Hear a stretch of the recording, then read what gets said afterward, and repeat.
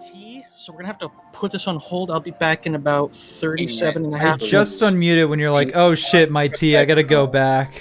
So that's good. Yeah, I gotta go back to the future, which means the tea's done then, and I gotta come back to the present. You go get your fucking tea with my tea.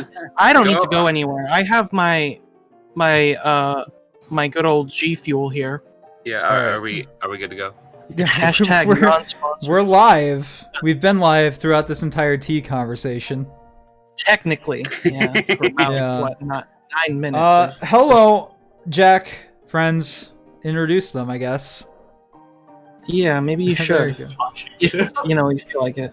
5 hours of sleep, by the way. We'll see if I ramp up with energy later. I'm so far 5 hours of like sleep? I am. No, see, you're 5 hours since you've slept. 5 hours of awakeness.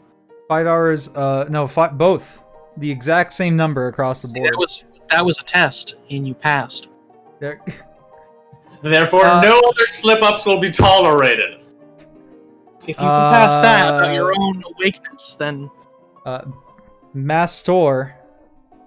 Oh wait, I get it now. Is that what you're trying to go for? No, from the left, going to the right, Zaltu is playing Castor, a dark monk of hideous design. Or something, I don't know, man. You're ugly as shit, dude. You're ugly as fuck, dude. I don't know to tell you. That's the reason Your why wanted nobody poster. does your wanted poster, right? Yeah. It's too ugly, they can't bring themselves. Moving on. Chef is playing Clayton Draze, the right hand of the gunslinger. Howdy. Moving on. Gerald is playing Lucius, the devilish bard. Hey, yeah, I am, aren't I? Yeah. And finally, the least, Spooky is playing Simon Nikiforov, the Russian spellslinger. Whoa. I guess he is, isn't he? Huh. He is playing that. Who wants to go ahead and give me a recap of what happened last week? We ran like little bitches. We effectively retreated in a tactical position. That brings up a good point. I never got my book back out. Like, I got everything else ready for this except for my book for notes.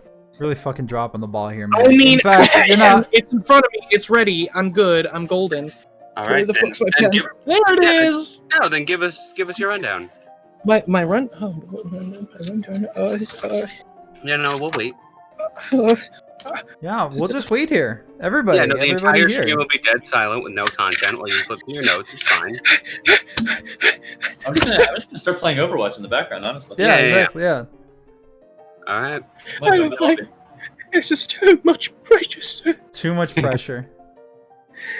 That's why you'll never be a great D&D player. All right, now you can read it. What? I can read it. Yeah, I just realized I kind of doodled instead of taking notes last time. All right. I was like, How do you not have a memory? I was like, man, I come up with some good coin designs for something else that I want to work on. And so I have a full page of just coin designs. So, but all right, what I do have is we decided to go through the night, right? And we decided to execute Order 66. Yes. Close. Close. There wasn't really a genocide, though. I mean, all I know is I walked into a room, and then a little kid was like, "Whatever are we gonna do?" No, that was Castor. That was Castor. Castor walked into the room. True. Kid asked, yeah. I got 5 sticks of dynamite. Castor got 2 sticks of dynamite. No, 3. We don't have to go through all. We don't have to go through the exact numbers here. Just a quick no more recap dynamite anyway. to catch everybody up. Oh god. Oh shit. All right. Clayton sounded like he was on the right track. So, what happened last time was And then there's this bunch of coin designs. Man, I don't remember that happening. we took a invisible stealth mission to get our horses back because we love Calliope and I forgot the name of we love Calliope and the other one as equals. Yeah, Calliope and Arabella. And then we headed out with very little resistance because we successfully set up a sting operation where they were expecting us to all show up in the middle of town like dumbasses. And then we smartly just went out the back door. We headed out into the desert, struggled for a really long time to decide how we were going to divvy up the water for the first 2 days before we discovered. A really long time. 2 nights. Well, in character, 2 nights. In player, a really long time. But then we found the oasis. Managed to kill some gnolls and a very large giant hyena that seemed to hate us. We went through the bodies, found a decanter of endless water, telepathic helmet, and a ring of mind shielding that had the soul of one of the killed merchants inside of it. We headed out back on our way, now without the problem of water. We got to Riverdale, discovered that most of the people Clayton knows are here. And we were able to set up, and Castor came to the logical conclusion that since they're after me, and they know I left, and they know where I go, they're definitely coming here. Yeah? Probably. Now, real fast, hold on.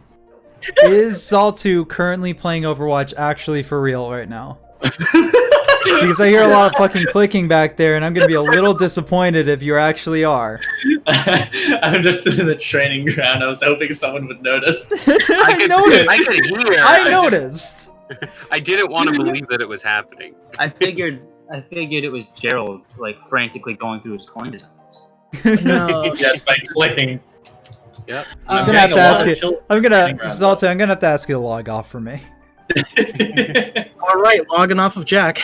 100% in Overwatch, I guess.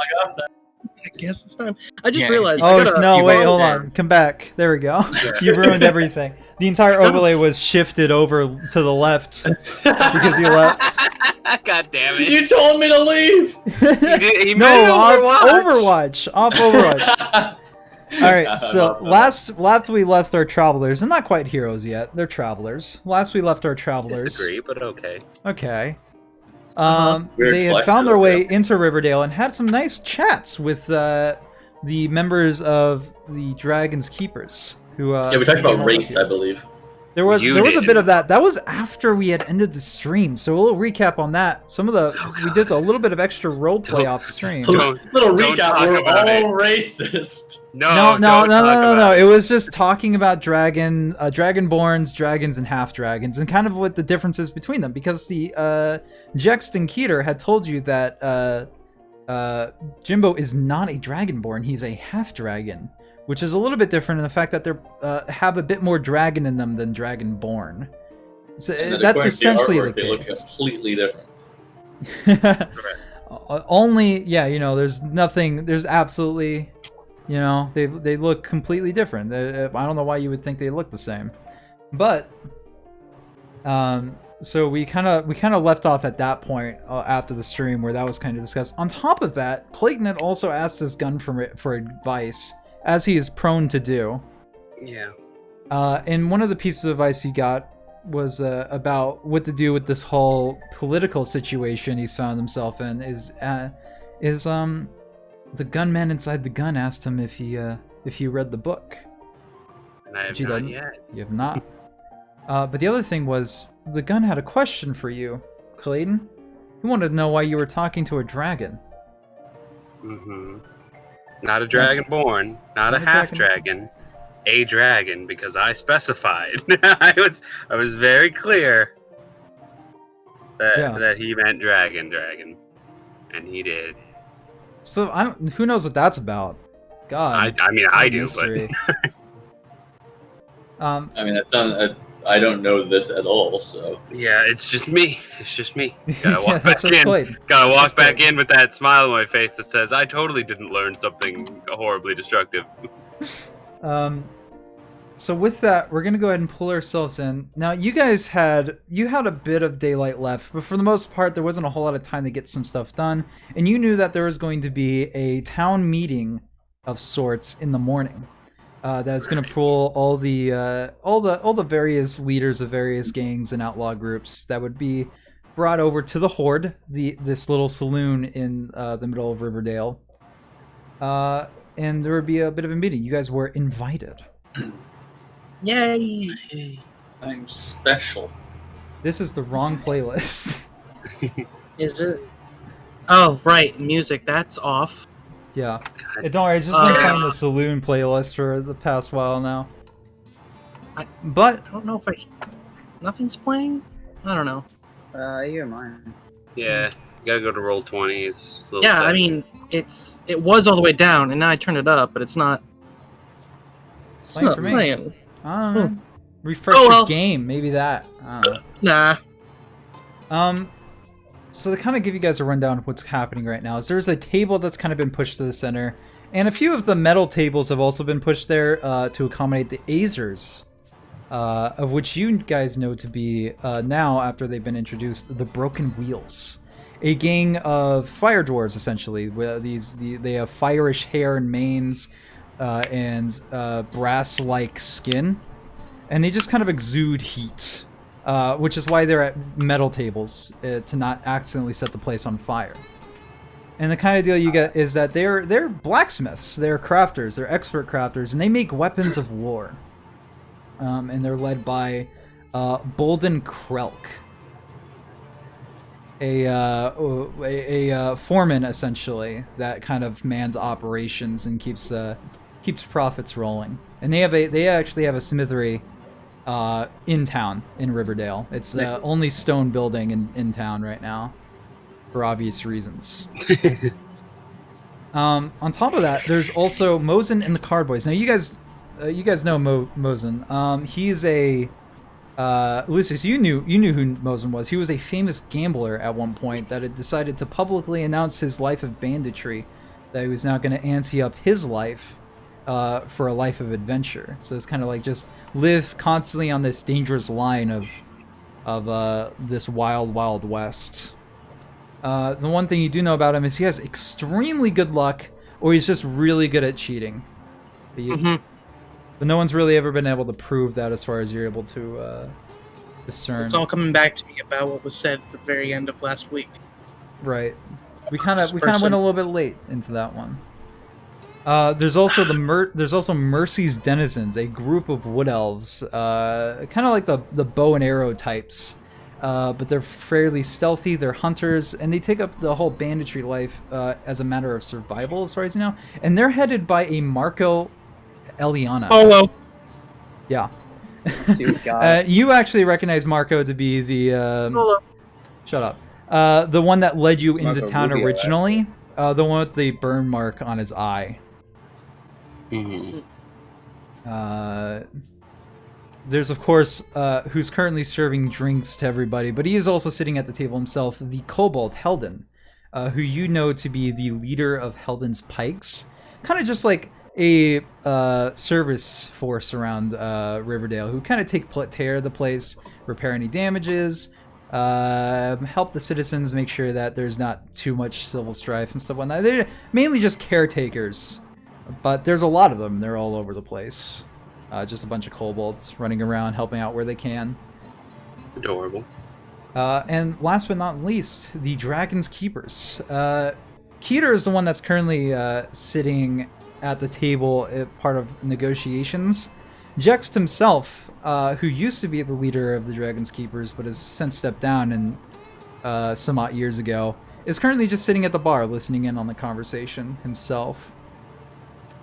But the kind of general feel you've been getting at the table is not a good one.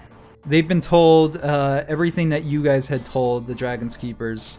Essentially that Big Jimbo and the Spudder Dusts gang have been causing some problems and have actually grown in numbers and power, and that they are coming this way. And the general feel you are getting is that they want to leave. A lot of them are packing up to get the hell out of here.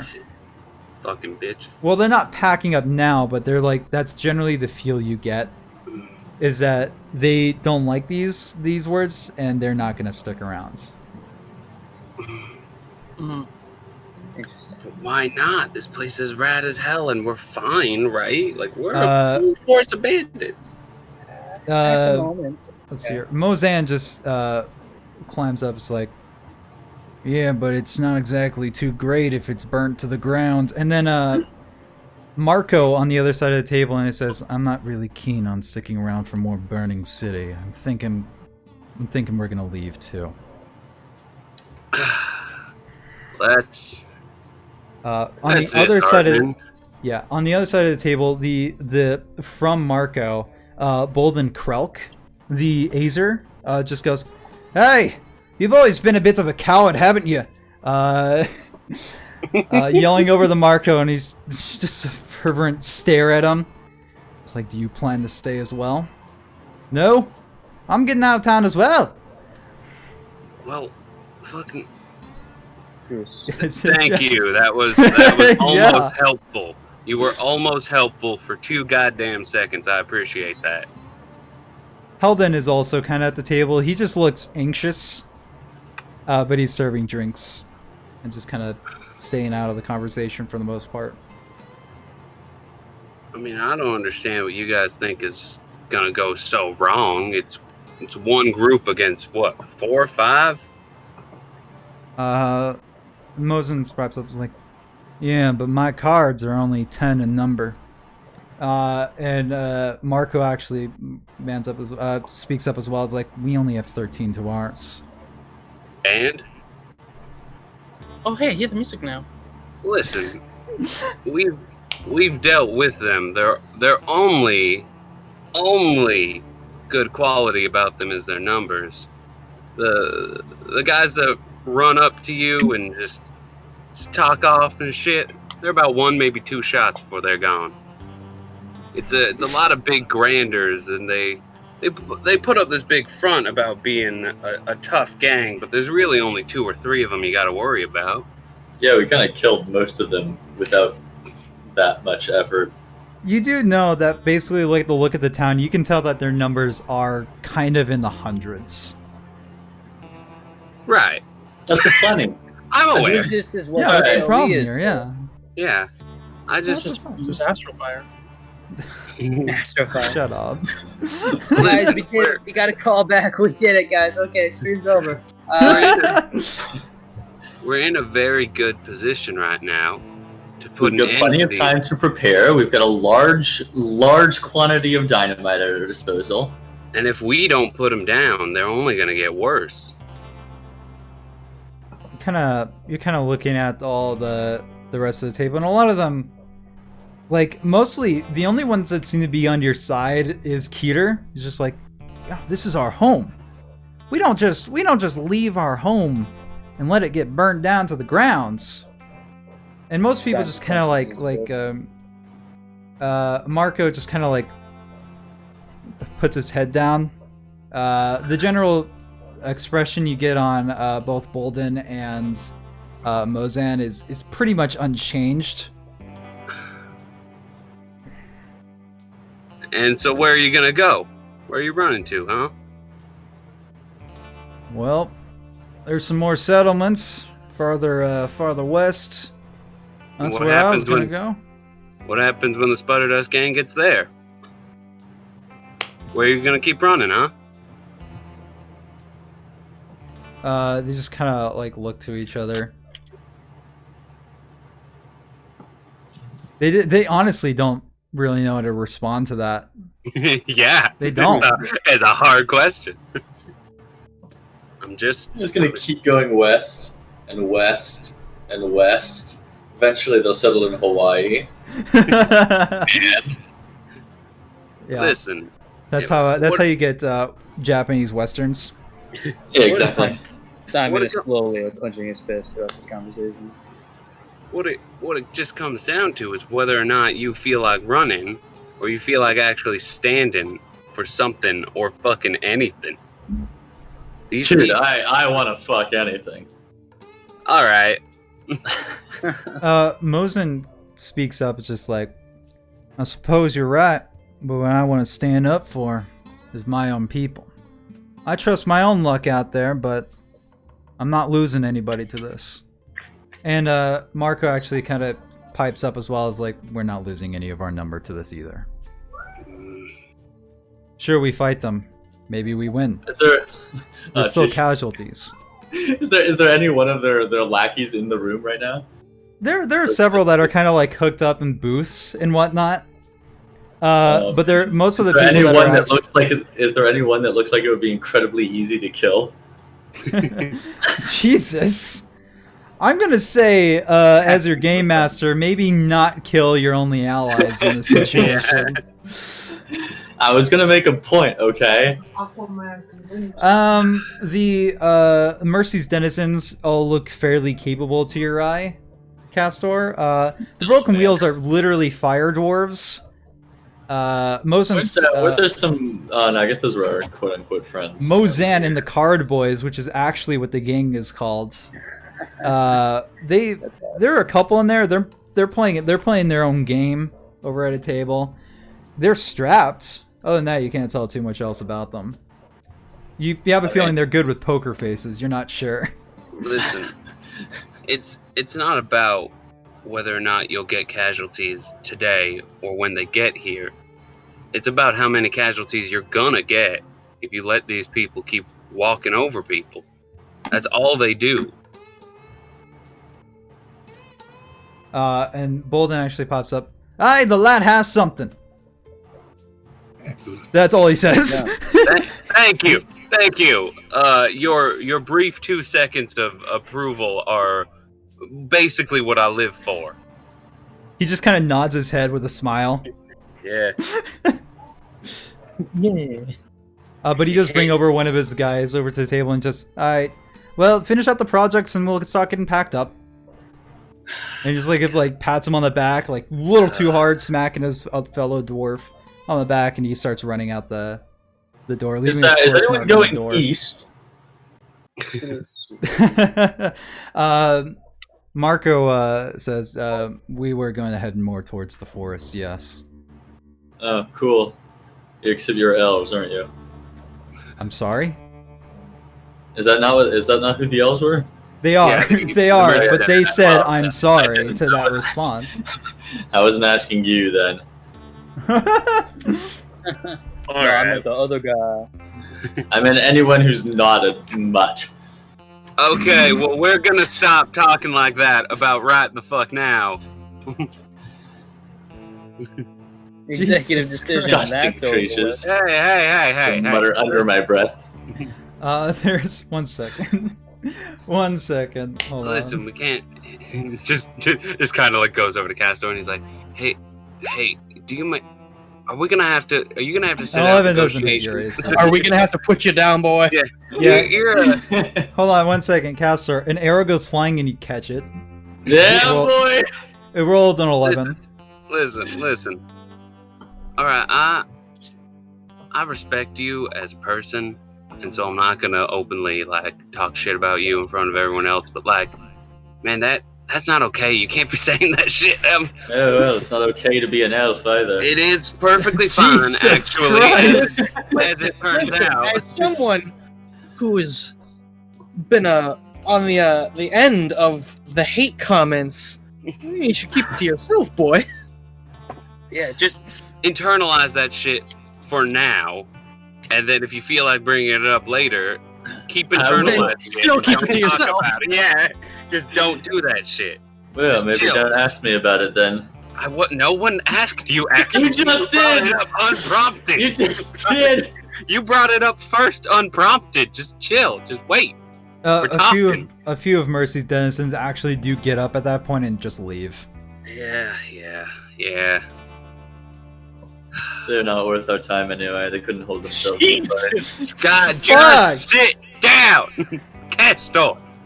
Heal, boy! This is not 100% helpful to the situation at hand. It's really detrimental, actually. Yeah, I'm aware. Well, it looks Damn it, like our meeting here is done. If And there's it's that, truly like, nothing we can say to change your minds here and when you want to go, then I suggest you hurry up and get out of town. Mosin does get up and is just like tips his hat to all you and begins striding out. His cards, as you've come to know them, come out pretty soon after him. Of course they do. Marco gets up as well. It's like, well, suppose no lost cause then, and begins walking out as well. While they're doing that, Keter is kind of like getting up himself. It's like, you're just gonna run away? You're just gonna let this place get burnt to the ground? And Marco just looks back. It's just like, it's not worth it. That's when Bolden pikes up the dwarf. He just goes like, yo, bunch of sissies. Alright, Keter, I'll see you later. And gets off and leaves as well. Again, not super helpful, actually, as it turns out. Now, someone who has been sitting at the table this entire time, but pretty much was just trying to reflect everything that Keter's saying, but unfortunately Keter keeps beating him to it with a louder decibel level, is in fact Galen, who's been here representing the boards but hasn't been able to get a word in the entire time.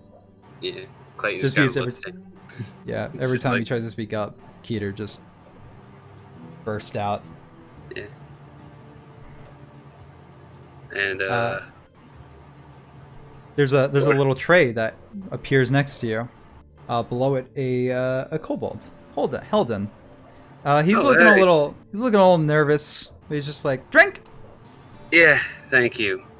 I actually am gonna need this one. And he kind of looks down and he's just sorry, and he runs off. A little. Yeah. You have offended a friend. If this town's getting abandoned, we can use that to our advantage. Jesus. Please stop talking. Please stop talking. The words you say make me sad. Well, good thing I wasn't trying to make you happy then.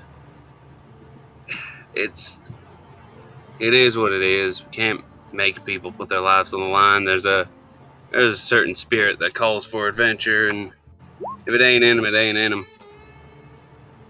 them. Keter just kind of slumps down a little bit and just goes, I suppose you're right, Clayton.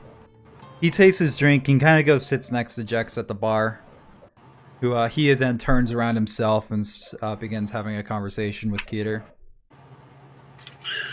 My points are still valid if they didn't move the rest of the groups. This is our best chance to stop them.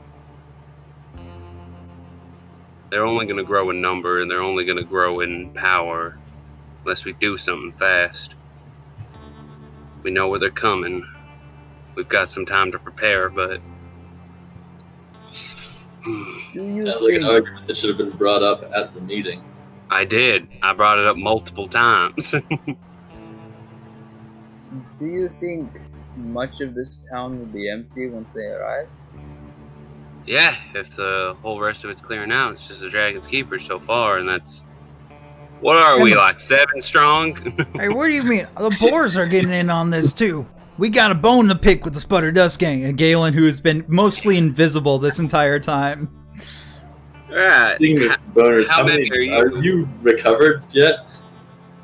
He kind of like looks at you for a moment, just kind of like looks away. Yeah. Sorta. Right. So I'll take that with will a grain be of mostly salt. empty.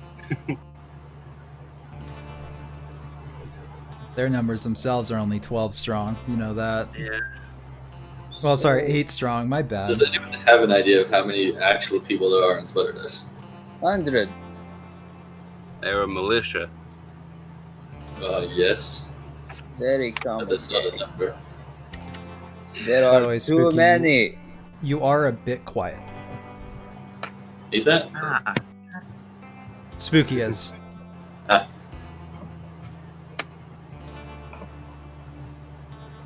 I think our point is we don't actually need to kill their leader anyway. The rest will disband. They're bandits. Yeah.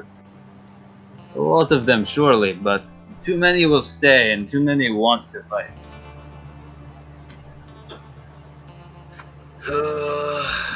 Do we think we work better as a team or separately?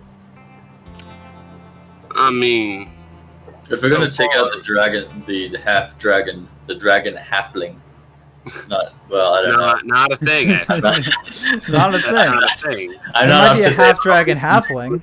Yeah, that'd be pretty sick. Oh, fuck off. Point The being, man. if we're gonna kill this dude, we probably either need to bait him like no half dragon has ever been baited, or work together. Well, I think for we can one, do both of those. prefer the first option. Yep. Yes. I have been referred to as a masturbator. Yes, I'm sure you have. No, What if we can lure him into an empty building, and then we blow blow it up the building? Yes, I I've agree. seen that work before. If the explosion does not kill him, surely the collapse will wound him. And then we just kind of finish it. Is there any stone constructs in this area? One. The smithy. The smithy. Cool. We can take as much rock as we can, pile it on top of a building's roof, and lure him in there. There's no way. Surely, Okay, second there's question. no way this can fail. How do we get him in there, and how the fuck do we get out? Well, we tried baiting Well, him he's with gotta- Clayton once. We can probably do that again if Clayton actually shows himself this time. You know what? I do have Misty Step. Oh, no, And I I have a don't suggestion have for Misty that. Step. You don't have actually. Misty Steps yet. You're only level Nope. 3, yes, I remember correctly. If I Yeah. remember But correctly. Yeah. I do, however, have a suggestion on that front. Misty Step is a second level spell. Yeah, but I took invisibility instead. Ah, alright. I automatically cancel out anywhere between 7 and 17 damage, ranged damage per round, and I can do so while invisible. So if we challenge Half Dragon Man to if Clayton actually walks out, challenges him to an actual duel that he can't back out of or not show up to because he's literally right there, he can definitely bait him into that building during the fight, and I can definitely help with his armor class by standing invisible in front of him the entire time. That's Or- great, and that gets us in the building. But what gets us out before it goes boom? you can turn invisible. Going If very you- fast. If you go in before him and just hide right next to the door, then he runs in looking for you. You will leave out the door and everything spoils. We just need to get lucky with our turn orders, that's all. we need to get super fucking lucky. This is We a don't plan even need to get that lucky. As long as, sure, you can get. If he comes inside and he gets one shot off, that's fine. We still he's gonna get a shot off on the street anyway. We can use our turns to jump out the window, and then someone has to blow up the thing before he goes in. At worst, one of us takes the blow, and then And dies. whoever takes the I was gonna say whoever takes the blow is a dead man. well, yes. Well, you however, don't have we'll have killed to- the half dragon at the cost of one of our own. Correct. I can- You know what? Your math is impeccable. I will give you that. I can Exactly. literally summon fire from a distance. I don't have to blow it up right next to it. No, it's more about the people that are luring him inside are going to be very close to the building when it blows. I did not take. Does anybody have minor illusion?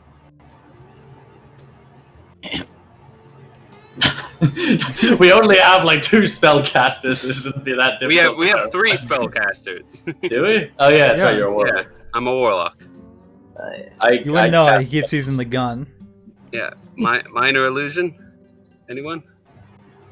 Anyone? Anyone in our friendly group of dragon keepers?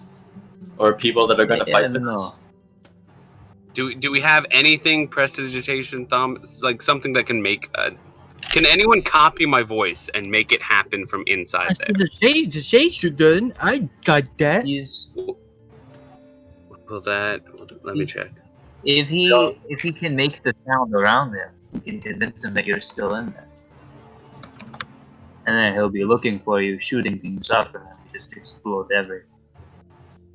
We can buy you some time if he believes that you're still in there. Prestidigitation's not good enough. We would need like minor illusion or something. Shit. Well, if we use prestidigitation, what does that do specifically? It allows Minor us to tricks. create an instantaneous, harmless sensory effect, such as a shower of sparks, a puff of wind, faint musical notes, or an odd odor. Well, what if we have like noise coming from behind a thing? Like if we have a table flipped over and we just have like slight scraping. It's very, very low footsteps. That's exactly what he would expect to hear in there. Yeah, especially if it's like upper floor. If he can just cast footsteps from up there, he'd immediately try and. It's worth a all shot. assuming. That is, this plan is all assuming that he's the one that goes into the door. Correct, and doesn't just Yeah, send if people anyone else comes through, we can And kill we- them very easily, I'm sure. And we all know that he doesn't have cannon fodder to throw at you first. Well, he was stupid enough to fall for the 1v1 me bro. Well, he wasn't. Was the thing was he He's also- brought He brought his backup. crew. That's You- the whole reason why that plan worked, was because he brought his crew. And you would know, because Lucius did see it, that he doesn't just have, like, quote-unquote foot soldiers that die with the blow of the winds. He's got a few others as well, because the orcs with the huge axes that can kill people in one swings, I'm the aware. Gatling guns. I As well as brought that that up stuff. to This would be- inspire people to help us. I did not think that it would actually work. I was flying. And does anyone happen to have a map of this town? Of course, I lived here for a few years. Cool. There's It a would map be of There we wonderful to have this. Thank You can look thank at you. this. I don't know if it's at Oh, shit. all It's a useful. hexagonical map? Yeah, it's a hexagonal map. Each hex is about 10 feet. This is not a big town at all. How the fuck were 10 people living here? There's like not even. There's enough. You have the That's vague it. idea that people really don't stay here long. Like Yeah, it's more like like- a There's a hideout home here. away We're from in home. in the quote unquote town. How much dynamite do we have total? We still have that gunpowder barrel. That's also true. We only lost a Um, gallon of that. I do have a hunting trap. If we can successfully lay that down. We could hunting trap him, and then we Yeah, in could place. blow up the fucking building. Does anyone know if there happens to be Correct. a conveniently large cavern underneath the city? What the fuck? You know what? Hey, DM. I've yeah, lived what's in up? this town for a bit. Is there a conveniently large cavern underneath this town? It's funny that you asked that. You don't personally know of it, but you know that the pikes get around really fast. Oh I'm shit! Okay, who's got good investigation? Let's go check out this bar and see if we can find a way down. No one! I do. I have a +5. Yes, plus I'm five. smart. I got a +3, so I have a +3 as well. Absolute genius. I will use my proficiency in investigation to help what's his name? Simon. Sorry, there's a lot of words in front of me right What? now. what's I'm your gonna name? bring us back to this one for now for this. So tiny. Alright, Yeah. so investigating the bar, right? Which scenes would like Yes. keep the size they were? Yeah. 24. So you're kind of looking around the bar. You're getting some curious eyes from the very few people that are in here, which do include Keter, Jext, Galen, and a couple of his boars, as well as a few pikes. As Halden's behind the bar as well. You kind of like look around behind the bar, and you do notice a trap door underneath, with the floorboards behind the bar. And you're kind of looking He around some has- more, and you do notice some like small hideaway holes hidden behind stuff as well that kind of seem like they go down. He Well, has a all- -2 to his charisma. So he I- will directly point to the trapdoor and say, "Where does this go?" It's like Heldon just looks surprised by that. Just down. Where? Yeah. No, hell, really. Forgive my friend. He ain't super from around here. The place that this goes down to, is this how you get around the whole town? Yes. So we You're- could use these to move from building to building without being seen? Yes. Well, that To ups our every warfare building? tactics. Does it happen to connect to all 7 buildings in this town? He thinks for a moment. No. How many? Most. Which ones don't? Can you give us a layout of this? This You will know be much what? more simple. I'm sorry. Can we fit down here? Can you fit down there? It is fairly Yeah. small, but medium creatures can absolutely get through the hole. All right. Is it okay if we just explore? If we just look around and try to see what we can make of this? Jex kind of speaks up at that point. You know that's my property. Don't worry, it is for Yeah. domestic terrorism. Spudder Dusts gang gets their way, so... I think like at that moment Clayton's head like kind of like perks up and he just turns his head and he goes, "Yeah, I'm trying to protect your property. You're aware of that, right?" He just kind of like narrows his eyes at you. He's down a few drinks, but he doesn't seem to look any haggard for it. He does look a little down, but he's like, "You're not leaving?" Hell no, I ain't leaving. Where the Go where? They're after this fucker. Yeah, they want me. There's literally nowhere I can run. If you leave town, I mean, how are they going to track you from here? They'll find a way. They found me from fucking what was the town before Wayfinder? Lexington?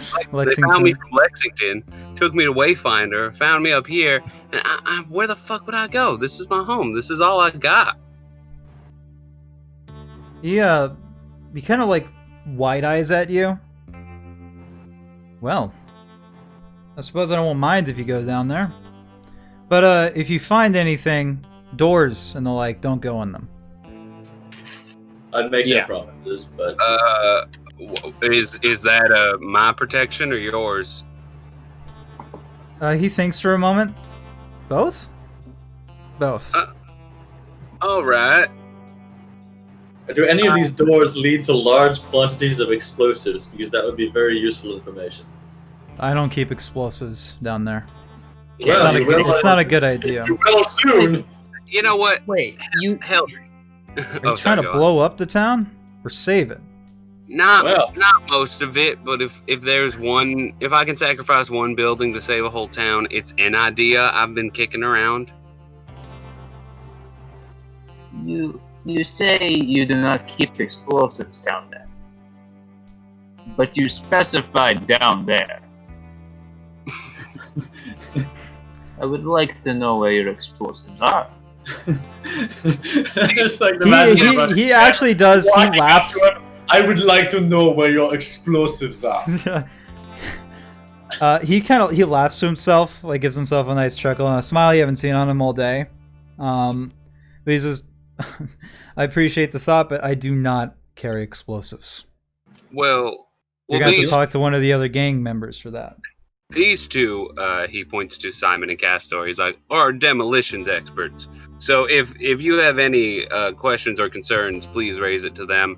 Holden, can you give me a brief tour of what it looks like down here so that I can navigate safely? to He get from doesn't. place to He place? doesn't respond at first. He like looks over to Jext.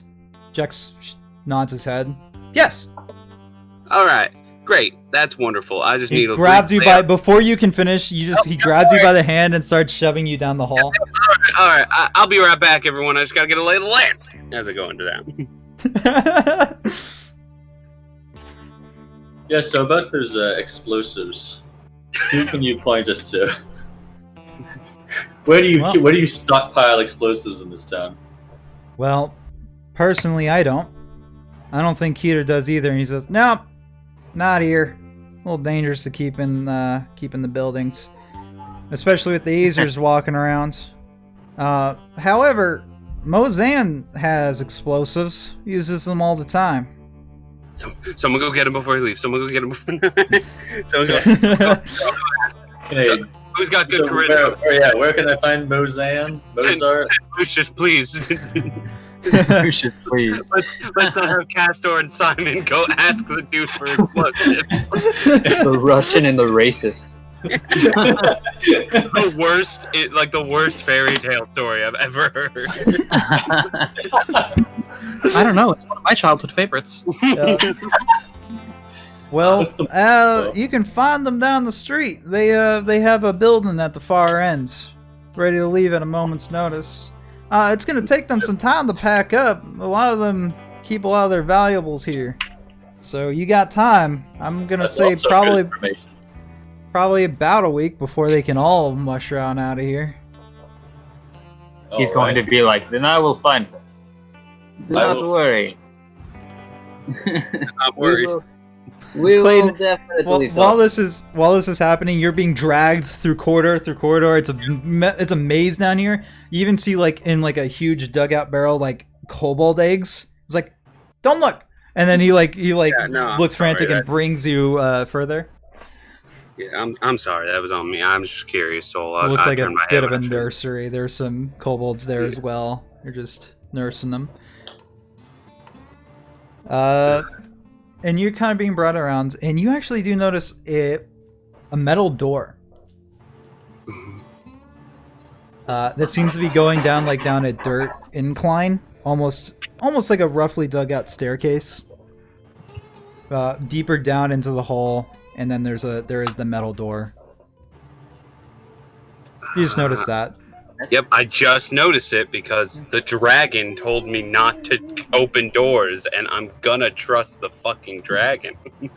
All right, then you move on, and you're kind of getting a lay around. You're not really getting a map from this, but Haugen seems to know exactly where he's going, and you kind of pop up through he pushes a rock out of the way, heaving it. You pop up. There's a little hole. Seems to be on one end of the town.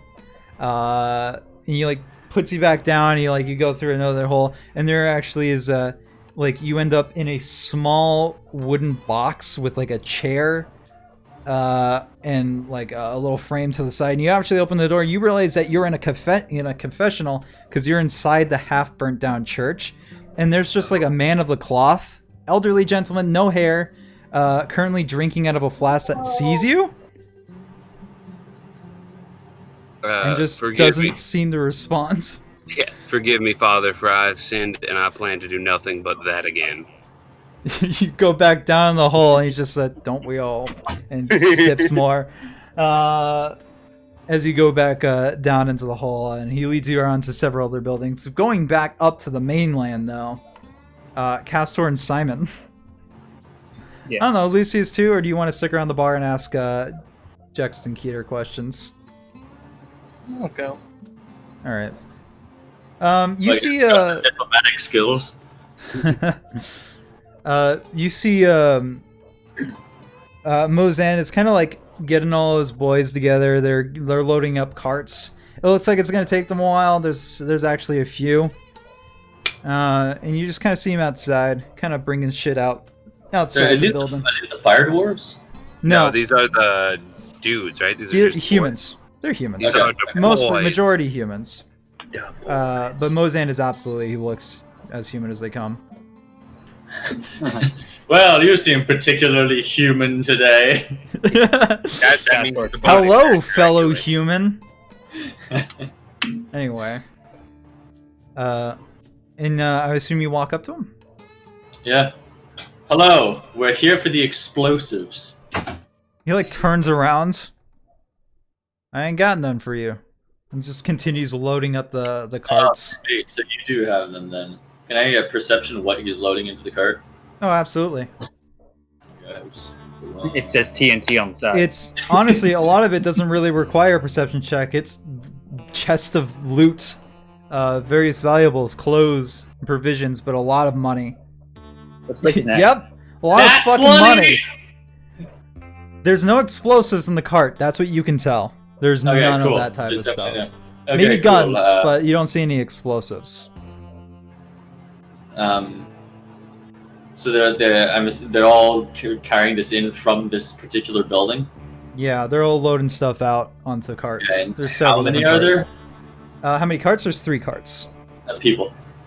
How many people? 10. Yo. 10 in total, walking in and out. Well, 10 plus Mozan. Sorry. So Man, that's you 11. guys really lived all in this one house. That's pretty gay. We don't stick around here too much. We enjoy the security that Jux gave us, and we're sorry to go, but we ain't sticking around for a fight. Oh yes, you humans. You are human. I know. I'm not a sort of. Yes, well, we would like to procure ourselves some explosives, and apparently no one else is intelligent enough to keep them. Well, I mean, It's almost if like you keep them in town and one of them fire dwarves touches them, well, there goes the town. Yes, well, that's it's funny that you mentioned that. Point being, can we acquire explosives from you? Like I said, I don't got none for you. But you could, and that's what we're hoping for. You see, I am in possession of a lot of silver pieces. Yeah, he really is. So many. You can silver keep your pieces. money. I don't do it for the money. And have explosives. Alright, okay, that makes more sense. So let me just get something straight. You're saying you don't have explosives, or you don't have explosives for us? Well, if Because you one of want- those one of those things we can change. I have explosives. I don't keep them in town. How far away? Hope. It was a He zero. like just turns Moving around up zero. to you. Why should I tell you? Well, I could stick a dagger in your back. Sure, you can try. And everybody else all around pulls their guns, just kind of holds them up in the air. See how far you get. smirk at them. You can only deflect missile on I one know! attack. Be careful! Simon will speak up and be like, "Bullets don't work." He grabs them all the time, in like full confidence. You have and he'll never grab, once like, every seen him. bullet. Yeah, you've never once seen him even deflect a No, bullet. he did. He did. I I've caught seen the the arrow arrow. at the conference. You caught the arrow Yeah. on a bullet. The arrow, and now he has full confidence. He's capable of stopping bullets. Yes. And he looks over to Simon's just like, is that a bet? Try me. Can we bet explosives? Actually, you know what? Yeah, Can tell we- you what. can we you bet- His curiosity is legitimately piqued. should- All right, tell you I what. gotta back away a few steps and be like, tell you what, you shoot me. Here, now. If I don't die, let's talk about these explosives. Wait, hold on. You want him to shoot you? Shoot me. want I think him his specifically? gun probably does more damage. You should probably have No, one the of gun his does the bullets. same damage as any Guns other are just revolver. standard weapons. Alright. But if you want him, yeah, if you want him to shoot, by all Oh my means. god! I just thought of something. I just What? thought of something. I'm like fiddling my coin this whole time, and I'm like, man, I'd love to see this as well. Oh And no! I'm speak- I'm Do you speaking want to my- flip it? I'm like thinking to myself, man, I wonder how this is gonna go. You know what? Heads, we get this. Tails, this is gonna go so fucking poorly. Oh no! All right. So I don't know how many people know about the coin. I don't think anyone. I don't think anybody. Nope. No. That's How do we? That's Tails. So Lucius takes the coin at like he's been fiddling, that has an engraving one side of Phoenix and the other side of Crow, or a Raven, I believe, actually. And he flips it up in the air without kind of like saying anything to anybody, and catches it, flips it down on his wrist, and it's Tails. Man, I don't think this is gonna go well for him. Not Castor, knowing the full capacity of this coin, by the a way. nat 20 shot is hit on you. All right. Remember, Oh no. Damage. that's double damage. So block it. You got this. Yeah, I mean, I used my reaction to catch it. Catch the bullet regardless That's of whether or four. not it does damage. That's You have to 4d8. roll. You have to roll, and you have to beat his fucking. It's 48 plus 3. I'm gonna say. You have to beat his damage. No, I catch it either way. I just reduce it by a certain amount of damage. No, you have. I think you have to reduce it by its full damage. Yeah, I have to reduce it by its full it's damage. deflect. Throw it back at him. Yeah, I can And deflect on- it. It's deflecting it. You don't catch it. You just hit it away from hitting you. Yeah, if It's I 18 don't. So damage. So Deflect roll. 18 damage. I'll take damage for sure. Then you're not gonna. I'm not gonna catch. I'll deflect it. Yeah, the gambler's coin made this a natural 20 by default. Oh, that's fucking close. Oh. Pretty close. That's the So max I can do. Mozan, like after the coin is flipped, he kind of like looks over at Lucius with a bit of a. Can I choose a confused- direction to deflect it? Yeah, absolutely. I'm gonna deflect it straight at fucking Lucius. You don't know what's happened there. Metagaming. Well, yes, at his feet. Actually, No, I'm gonna deflect it to the side. Yeah, you can't like deflect it into somebody that's not on the stat block. But he You pulls would've the fucking gun. caught it. He pulls the gun, shoots it straight at Castor, and you realize that this shot is far too dead on. You're not able to catch it, but you are able to like kind of like in that split second, everything slows down as the bullet gets caught in your hand, away from your chest. And you kind of like push it away, but your hand is significantly grazed. Well, not significantly. It's not at all. It's 6, 7, 8. You take 2 points of damage as your hand is grazed, and the bullet goes flying behind you, and goes directly at Okay. Lucius's feet. Okay. Well, that was cheating. We did not shake. There was no signed agreement. You just shot. So it's really an attack. Okay, I think. Hold we on, did hold roll on, with hold on. Quiet down.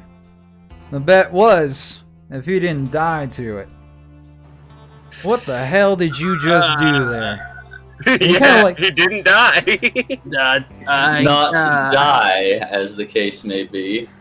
You can learn a thing or two from opening your mind to various possibilities. Of course, if He you'd looks rather at- run away, He stops for a face second. your- No, he you're stops you. winning. No, hold You're on. winning. I wasn't winning. talking to you as much as I want to know what you just did there, young man. He like looks over to Lucius. What the hell do you have in your hands? With this? He like look at it. You like spin it around. What are you Yeah, doing this with is- my coin? Your coin is. I'm sorry. Have we met before? Give me an intelligence check to jog your memory. Can I cast Rage Armor? You can if you want. Simon just crosses himself in the middle of the Lucius, you realize where it's been biting on your mind, the back of your mind for a while now. But you look at this guy and you kind of like saw the back of him for a bit. He's scratching. When you were a kid, this guy's coat looks oddly familiar. You pulled this coin from this coat. Oh shit! Oh, you already stole from him. Huh, sir. You kind of. You know, I don't think we've met before. Roll No. it. Maybe not. But that coin looks awfully familiar to me.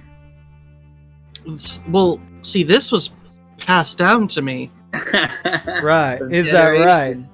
Give me a I deception mean, roll. I don't know my parents, but this is what the order. My dad. I've never met my parents. Also, they gave me this shit. Come I on, mean- dude. Look, they gave me this fucking pendant that's around my necklace that I don't even talk about. Like, so I'm just gonna say this is what it was given to me. Are So- you my dad? No. Dad?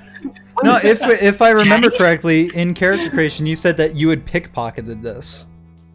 Yeah, but he doesn't have to know that. I know. I'm just making sure it's clear. So I will need a deception roll on this. Persuasion? Deception. Deception. Oh, yes. Hey. This is to his insight. Something you don't know, unfortunately, is that he has automatic advantage on every roll. Oh shit! Oh, it's still Nice. bad That's Sure. not enough. though. Yeah. No, it doesn't. So he's like, Even the sum even of with his the, rolls yeah. doesn't match it. Yeah. You don't know what that's about. That's metagaming. But he just kind of look you up and down, Then who the hell are your parents? You know, I wish I knew. I really don't know them. When I was at the orphanage, the nuns, they gave me this and said that it was with the basket I was in. They Can I dropped look off a at it? tiefling at a nunnery. I mean, Yeah. you can look with your eyes, boy, but if you don't mind, I like to keep He like things- puts his hand down and he's just looking at it. Like he actually does squat down a little bit to kind of like get a good eye on it. Yep, that's the one. You got one looks just- at you for a long time, and he looks over at Castor. Well, I a wink at deal's a deal. I'll tell you where I keep my stash of TNT. About half a day's trip, Mikos points off in a direction that's going that way. You'll find several caves. One of them has my explosives in them. You go there and grab it, you can have them yourself. The other ones cave? kill you instantly. The other ones contain Choose the rabbits. wisely. He looks over at you. I never said I'd tell you which one it was in. Well, Could that And he begins be to a start kind packing message? everything up again. Whatever. Let's take horse. Let's take horse. We take one horse, 2 of us, and go. that sounds like an acceptable offer. He will like. Let's take Clasp his Clayton's arm horse. up. He's not around to complain. God damn it. He'll Neither like of us grab are the horses. guy. But Lucius has a horse. You can ask him. You have to steal mine. It's insane. No, it's so much more convenient. You It's would. so much It's. more in character if I steal someone else's. It is Clayton's horse, so you would probably know that it'd be a little bit hard to control without proper, without proper Clayton. You need Yeah, Clayton to be the key now. I hate when I leave the house without my proper Clayton. Simon's gonna clasp I you. wouldn't want to bother going out to these caves if I wasn't like 90% sure we would get into combat trying to find the right cave. Simon's gonna grab the guy's shoulder and like kind of drop his salesman act that he thinks is There's really good. immediately a gun pointed at your gut. I suppose He you choose your chooses- next words very He carefully. chooses to ignore the gun. He is like, this is not about guns. He's got mage armor, so He will look at him and be like, thank you. Your contribution is greatly appreciated, and I hope your travel is beneficial and safe. I hope your travel is safe. English words. It's He hard- he holsters the gun, lifts your hands off of his shoulder. We'll be in town for a few more days. If you get those explosives back, come talk to me. And he just turns around and starts packing shit up again. Simon just looks at the rest of you guys like, I don't know, okay. alright, let's get some I explosives. tried. Let's get some Clayton. explosives. You are Yes. currently out and about when he leads you to another rock, slides it over, and says, "Up, up!" And you kind of get pushed up by him, and you actually notice Castor, Lucius, and Simon are just kind of there while you're like in the middle of an alleyway or something along those Do lines I between notice two some of the houses. athletic perception? Yeah, you notice. I mean, You I'm not notice. trying to hide. Perception rolls. Yeah, you notice Clayton. No, it's not a roll. You notice Clayton just peers head out through a hole that was previously covered by a boulder. Hey. I think I'm starting to get the lay of these tunnels. Oh, I think I'm starting to get get this whole seeing things down. I've rolled 2 natural 20s. I don't know Pretty what that good at it. means, but I appreciate it. it means Clayton, it's 20/20 vision. while you were going through a lot of the caves, something you've noticed is that this is very much outside of the several doors that you're told not to touch.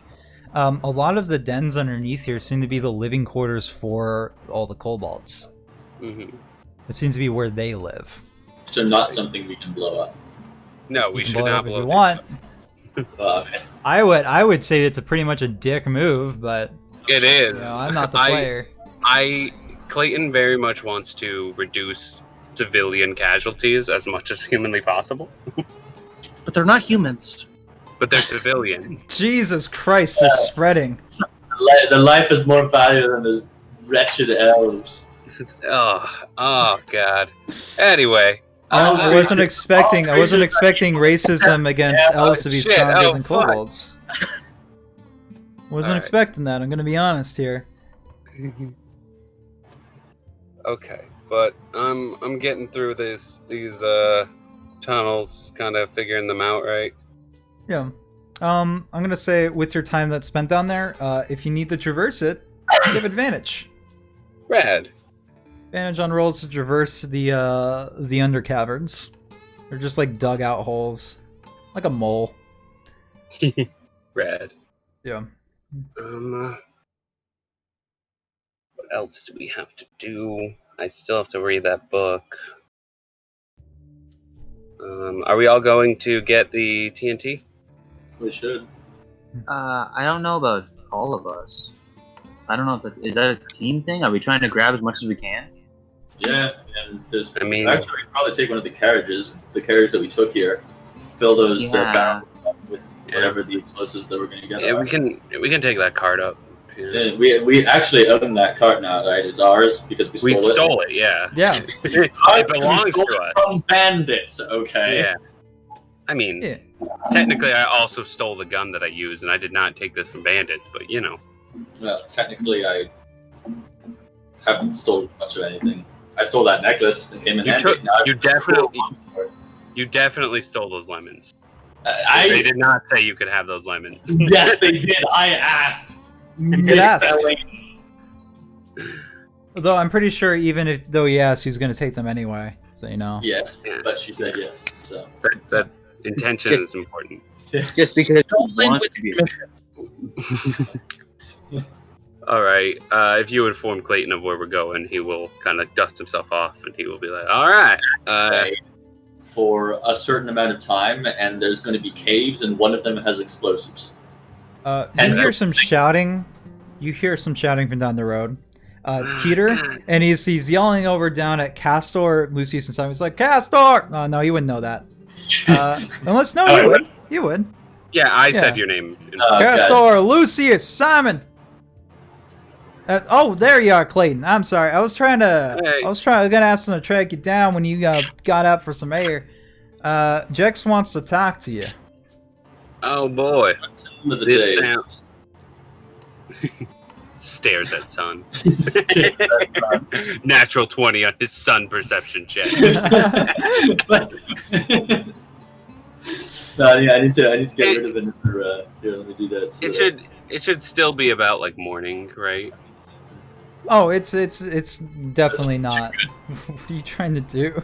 I'm trying to roll perception, but what's my perception on this? What time is it? Your eyes are burnt out. But I know what time it is, right? You won't anymore. So a couple hours pass, and you will stop knowing what the time is. I'll know that it was a couple hours later than it was a couple hours ago. I guess. It's still morning. It's still fairly early. All right, For years, your reference of time and what time it was, like 24 days ago. You just keep being like, oh, well, since then. Yeah, it's been 3 weeks since you guys had the meeting. No, it's very high. All right, let's go see what Jex has to say. He just said he wanted to talk to you, Clayton. Oh, cool. Oh, the rest of us me. did. Oh, by the way, in that case, we'll take your horse. All right. No, Lucius has a horse. We need two to pull the carriage. You know what? All right. You know what? Be careful. Castor, you get in front. You can replace the horse. Probably. I did roll. I rolled on that animal handling pretty well. I'll go talk to Jex, and if this is over before y'all leave, I'll catch up with you, and Clayton will walk up. All right. So like Clayton's walk. I'm sorry. What? Is there anyone else out on the streets during this? Like once they're going into this? There are some Azers out front, but they're just walking back into their smithy. You don't notice any of the Mercy's denizens. Let's see here. Who else would be outside? It's a good question. The dragons. There's not too many dragons keepers in town right now, but you kind of see them a little bit out and about, but they just kind of look nervous more than anything else. Alright, that's good. I decide not to take it. Right. You decide not to kill them. Got it. Well... So Clayton walks away, and you three are just kind of left with Keeter, who kind of has his hands on his hips, just like, well, what are you guys up to? Blowing shit up. Fun. Trying to. You're not gonna blow up the town. Like, is this like one of those deals where you like blow it up before they can, type of deal? No, definitely not. Besides, I highly doubt they actually want to blow up the town. They just want to kill Clayton. I've seen this. Actually, leave it less than that. They only want they want something of Clayton's. Well, now, because I've spat in their face basically a few times, they probably also want to kill me. Well, I'm sure they wanted to kill you before too, but priorities to some extent. Well, you guys clearly haven't seen the Spudder Dusts in too much action. They tend to leave the places they raid like that on fire. Yeah. Well, fire does tend to have explosive effects, doesn't it? Yeah, I mean, suppose. I think technically that's the other way around. Explosions tend to come with fire. Well, no, I mean, fire tends to cause explosions when coming into contact with explosives. Yes. Yes, that's... We have a chicken egg situation here. We're going to move on. Yeah. Clayton, you're at the bar. You're at the Horde. Yep. As soon as you enter, Jex kind of like turns around to see you, and then talks to Haugen a bit. And Haugen goes, who had made his way all the way back here, is just kind of looks a little tired. He like shakes his head, but like in a way like, I guess, and goes back down into the hole again. And you guys are kind of left in the bar alone. Now, here's something you would know about Jex, is that you have not had like any sort of formal conversation with him necessarily. You've met him a few times, but it's always been more formalities than anything else. More strict business. Yeah. You've never really seen him like this. Where he's just sitting at the bar, chugging his drinks. Clayton, I guess, will walk up and kind of sit next to him. Hi, Clayton. I suppose we never really talked like this before. No, we've been busy. See each other in passing. That's fair. How you holding up? He kind of looks, and I assume there's like a mirror behind the bar, and just kind of like looks into his own eyes, and is like, I'm a pretty good liar, but don't feel like it's important to keep that charade up around now in present company. I'm scared. And I have a huge his eyes go away. He just kind of like looks down at his drink and he says, I am too. There's I want to tell you a story. A story of my grandfather. Now, this is obviously a third-hand account, but it was a tale that my father told me. A tale he saw when he was a kid. There was a time when the world was in terrible straits. A great change was about to be brought on it, and it wasn't one anyone was ready for. Nor anyone, I think, really wanted it, but one person. This person was one of those magical types. Powerful. Powerful. She enslaved my grandfather and used him as a bit of a war machine. My father had already been born by that point, and I'm glad to say that he wasn't in any harm himself. But my grandfather was forced to do some diabolical things for this witch. That was until 4 heroes basically came out of nowhere. When they confronted the witch, she used my grandfather against them. Now, they were victorious. Shit! They chained up the witch. Yeah, they chained up the witch. They killed my grandfather. I always resented them when I heard that they had killed him instead of tried to find a way to make it work. That was when I was younger. Now in my later years, I get it. They did what they could. That's all you can ever ask of someone. And at that point, he does actually look up from his drink, looks over to you. You didn't have to stick around. You could have just kept running. Change your name. Maybe move down to Mexico. You're staying here.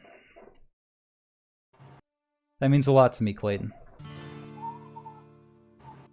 I appreciate it. Just don't feel right to keep running. Don't feel right to leave y'all with the problems I brought here. It's on I me, want and to I'm show making you something. Yeah. And he puts his hand on the table in a matter that he wants you to grab his. An invitation. Rude. Yeah, I Maybe we reach hold up- hands, senpai. I reach up. Just kidding. Unless. I reach up with the right hand that is, unfortunately already branded, just in preparation. Just... And you tentatively grab his. Uwu. No. Yep. This is a serious scene. No. And in that moment, your eyes are no longer your own. You don't see the bar anymore, but you see an expansive desert in the daytime, around the same time that it is out here. In fact, you would say it is the same time. Oh, hell, I've been here before. No, it's not an ever-setting sun. Bright day. I know. Yeah. Looking out over the desert expanse, there seems to be some sand being kicked up in the distance. I hate sand. And the vision shows closer that you get to the front of the pack of whatever this is making, and you see Big Jimbo, the half-dragon, the black half-dragon, riding a dire coyote. Behind him, there is a cart being pulled by horses with a man with 4 revolvers in 4 different holsters on his body and 2 rifles on his back. He's currently manning a mounted Gatling gun that you know is more military use. Mm-hmm. Behind them, just running in pace with them, are 2 half-orcs with giant axes on their back. On a magic carpet, there is a female high elf in mystical robes who's keeping pace and flying by as well. One moment.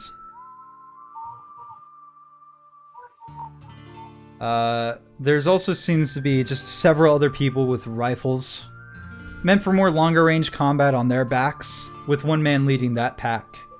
And all in all, there seems to be upwards to, it's hard to count, but maybe 200 bandits that just seem to be hollering and wailing as they're running down the desert sands. And this sensory organ that you seem to be looking through catches the eye of Big Jimbo as he looks up at it, takes his gun, and shoots at it. And that's when you're brought back to the bar. Ugh.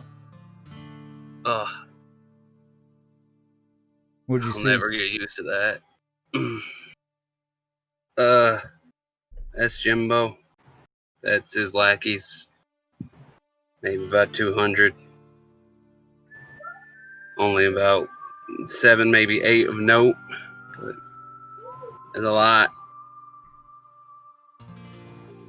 That's a lot. That is a lot.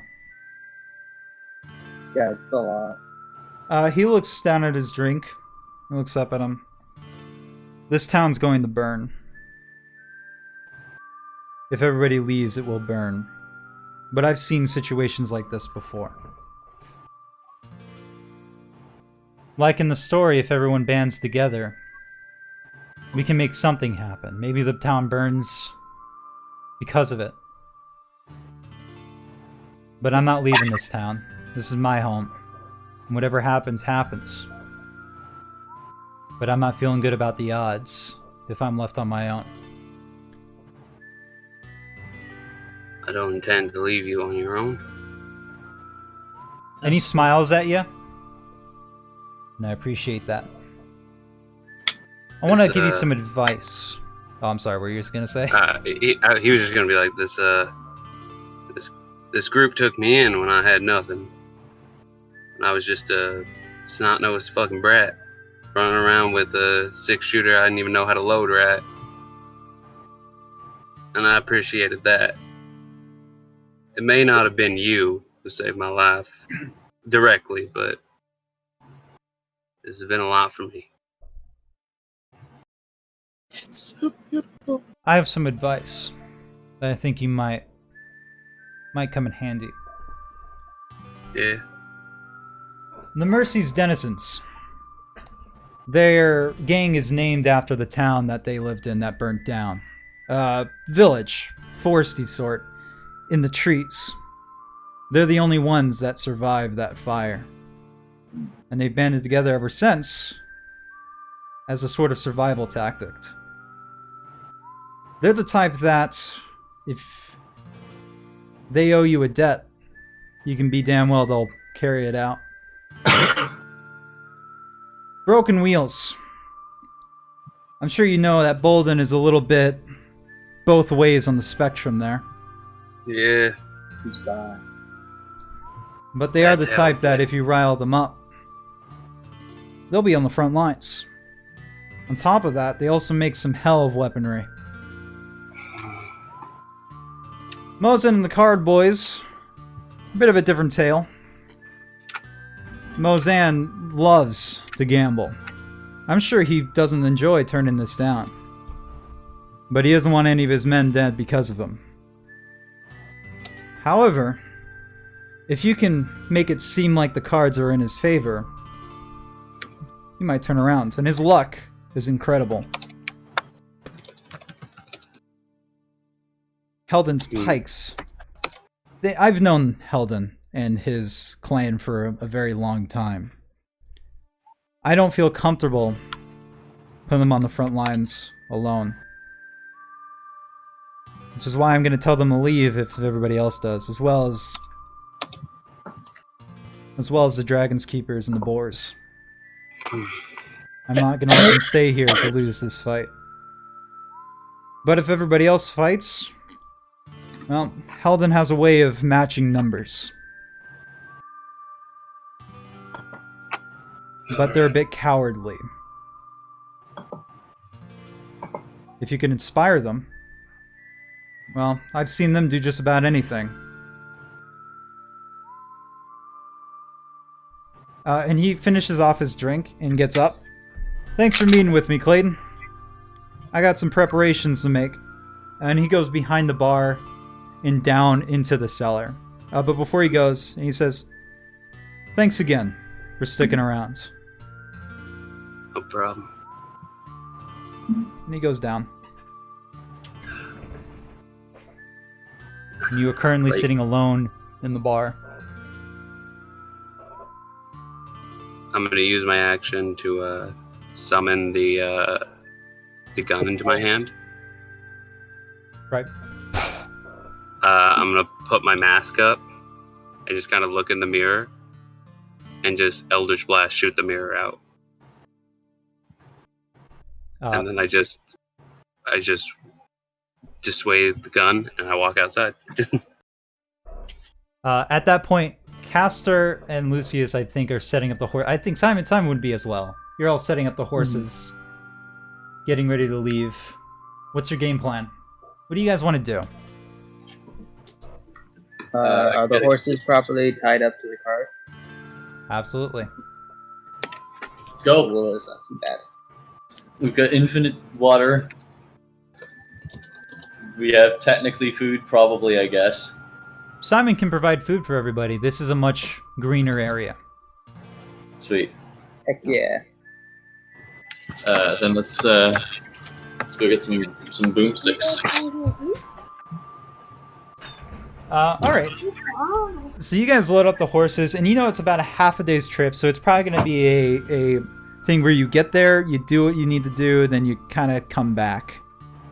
Probably after a bit of a camp out.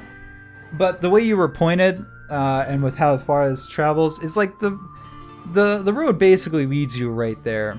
And the travel there is ultimately uneventful. But you do come into a bit more of a hillish land is probably the better word for it. There's trees, but mostly fields.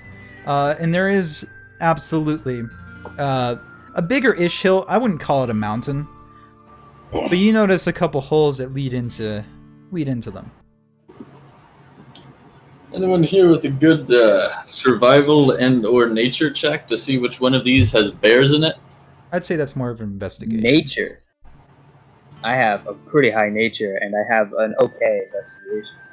I have neither because I'm very dumb, so... We know. I got survival, but, you know. Do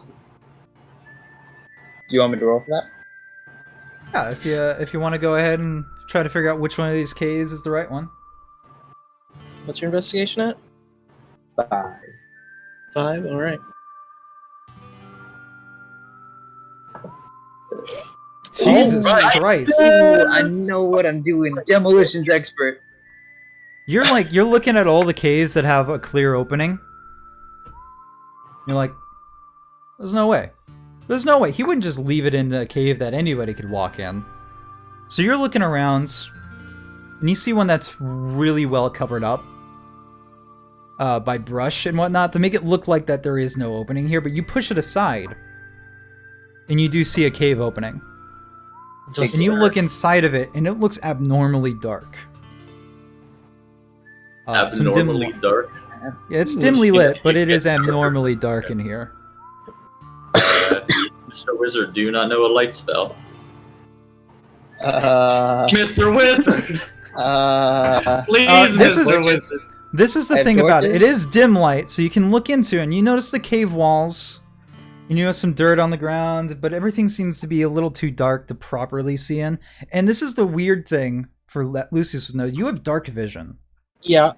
I was about to You ask. would normally be able to see into this type of environment just fine, but you can't. Okay. Normally, but... You cannot. You see it just the same as everybody else. Extremely dim. Okay. I'm gonna let them know that. Hey guys, I'm letting you know that. Cool. Let's not light any torches, please. Oh, that's right. This is explosives. Yes. Can't really slip my mind. Whoops. Yeah. So we have absolutely no way of generating light that's not fire. Is your not lightsaber not fire? That's true, actually. It is not lightsaber and it's not fire. Well, if I touch anything with it, it might blow up. I don't know how that'll work, DM. Put that out.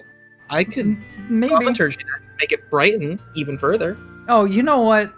Fuck, I didn't even take that into account. I even wrote down the numbers. Simon! Actually, you know what?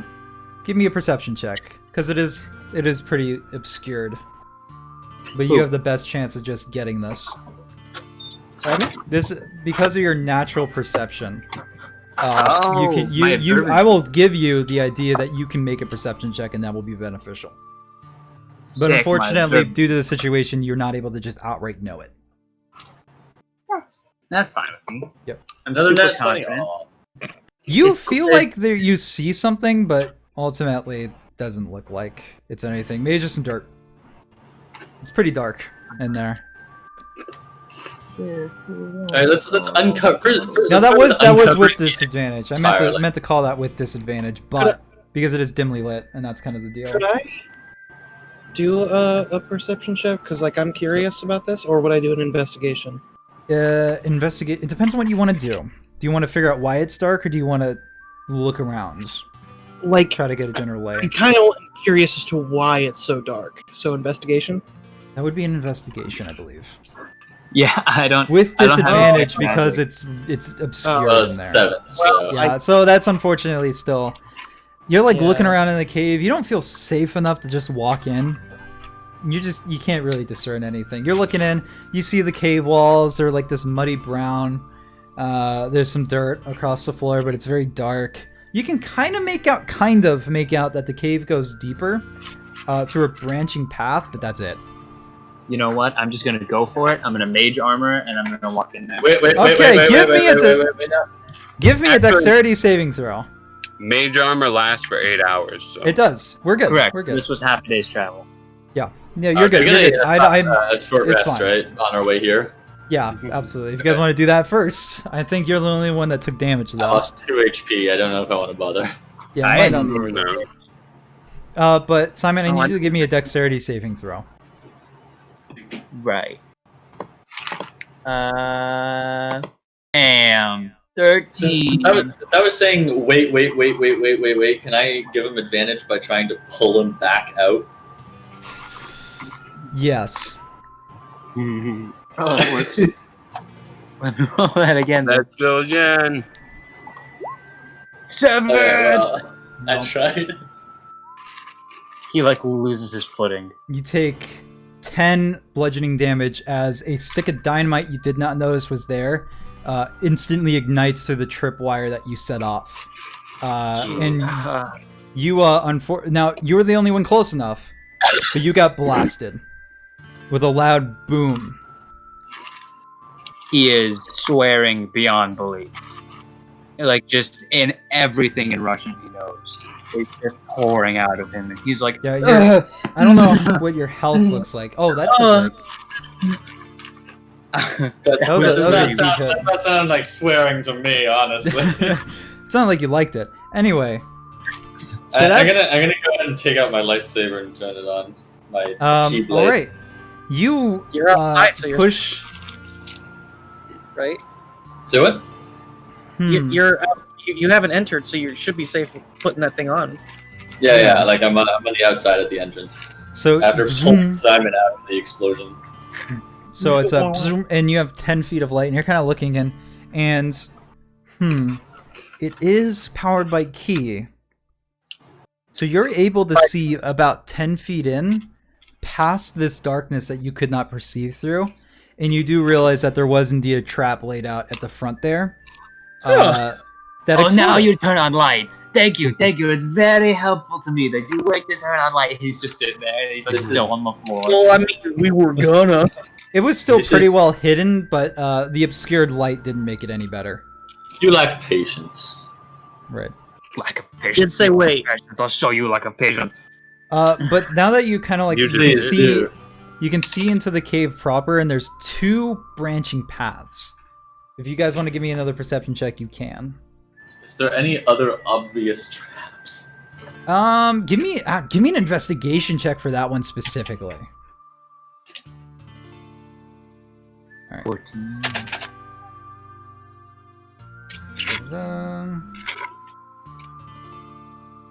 All right. You have a light source, so you're kind of like going across the walls, and you actually notice a machine. And you haven't seen too many of these, but it seems to be like a box that seems to be emanating this dark smoke from it that your saber's light almost cannot pierce through. And it seems to actually be smoking from the top a little bit too. How solid is this box? Like, is it like steel or? It's made of metal. Yeah, it's a metal box. It's got a little funnel at the front of it. Kind of like if you can imagine like an old telephone. It kind of like looks like that protruding out, pushing smoke out. Can I make some kind of intelligence check to disarm it? You can give me an intelligence check to know what the hell this is. You can actually you know it to be some sort of magitech, so you can give me Arcana for that. And 3.5 that was disabled device. Shit! I know it. This exactly box is meant to cause a magical darkness that sustains over long periods of time. It is powered by a magical crystal. If you take the crystal out, throw the box. You chuck the box. It. Give me an attack roll, I guess. I don't know. Let's see if you break it. Unarmed? No, just give me a dexterity. It's just throw dexterity at me. No, you like try to pick it up the wall and you chuck it and just like you let go too early. It just clambers to the ground. It's still emitting smoke. Can we just pick if we can get close enough to pick it up safely? Just take it and throw it out of the cave. I was gonna say that with the Arcana check, Yeah. you know that you can just take the crystal out and it stops working. He's Yeah. No. It's useful. No, We don't want take- to break it. Yeah, Then that's what I'm you can saying. Just take the crystal out and you can put it back in later. Do you know Yeah. how to do that? Then he'll just like reach down and be Simon, like, you know how to okay, do that. You know how to do that. Okay. Epic. It's like a Just fucking Takes battery. it out. He just So takes you, it like, out and puts you- it in his pocket. You kind of you take off the back lid and you kind of. That's The when you lid. notice something extremely odd. The crystal's in the shape of a beetle. It's like that's not generally how they get caught. Let's take a step out of this cave once again, real quick, before anything happens. Okay, so you bring it out of the cave. It's still emitting the smoke before you take it out. But you kind of like you kind of like looking at the beetle-shaped magical crystal, that quartz-like transparency with a little bit of a glow, but there's that black substance in the middle of it. And that's kind of like when you notice when you're about to take it out that its legs move. Oh, gross. And you know that doesn't happen. Cool. So Can as I, soon as like, you try to switch take it, it? actually like crawls out of its own accord and like crawls on your hands. It's like Keep the mummy. It's adorable. Can I give it little pets? Yeah, sure, Just hopefully absolutely. it doesn't crawl inside your skin. It doesn't seem violent, Crawling in your skin. Looks to but be addictive. it's just kind of crawling along your hands. Does he Is it fit actually, in my like- lead line pouch? Unfortunately, the lead-line pouch currently has something inside of it. Is it actually like Dang. a beetle made of crystal, or is it a beetle? It's a beetle made of crystal, transparent legs and everything. We can. Wizard, is Black- it magical or is it alive? Oh, you could cast Identify on it. You can cast Identify. I on it if you could. want. So you What? do you want? You could sit down and like ritual cast your Identify while they go in and start loading the cart. Yeah, by the way, something I forgot to mention is absolutely that machine supposed to cast full darkness. It was just lightly opaque. Like, it was obscured. It was obscuring your vision, but you weren't supposed to be able to see anything in that darkness.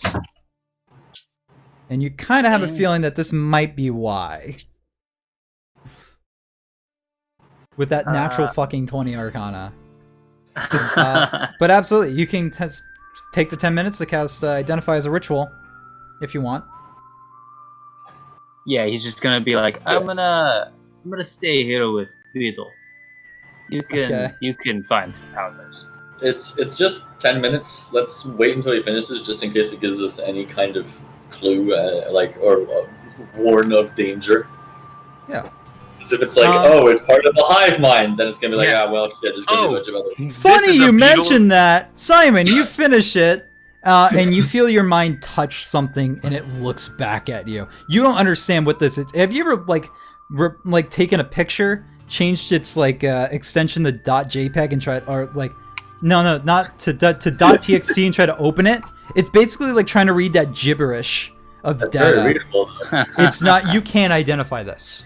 Yes, You cannot. But when you try to, you feel like it's identifying you. Interestingly enough, you do offer +2 on charisma checks. Isn't that weird? No.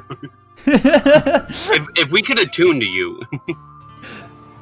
The Beetle is attuned to me. But when you're trying to look inside, you're trying to concentrate it, you could have swear that your vision goes entirely black as a giant eye looks at you, and then instantly that vision is gone.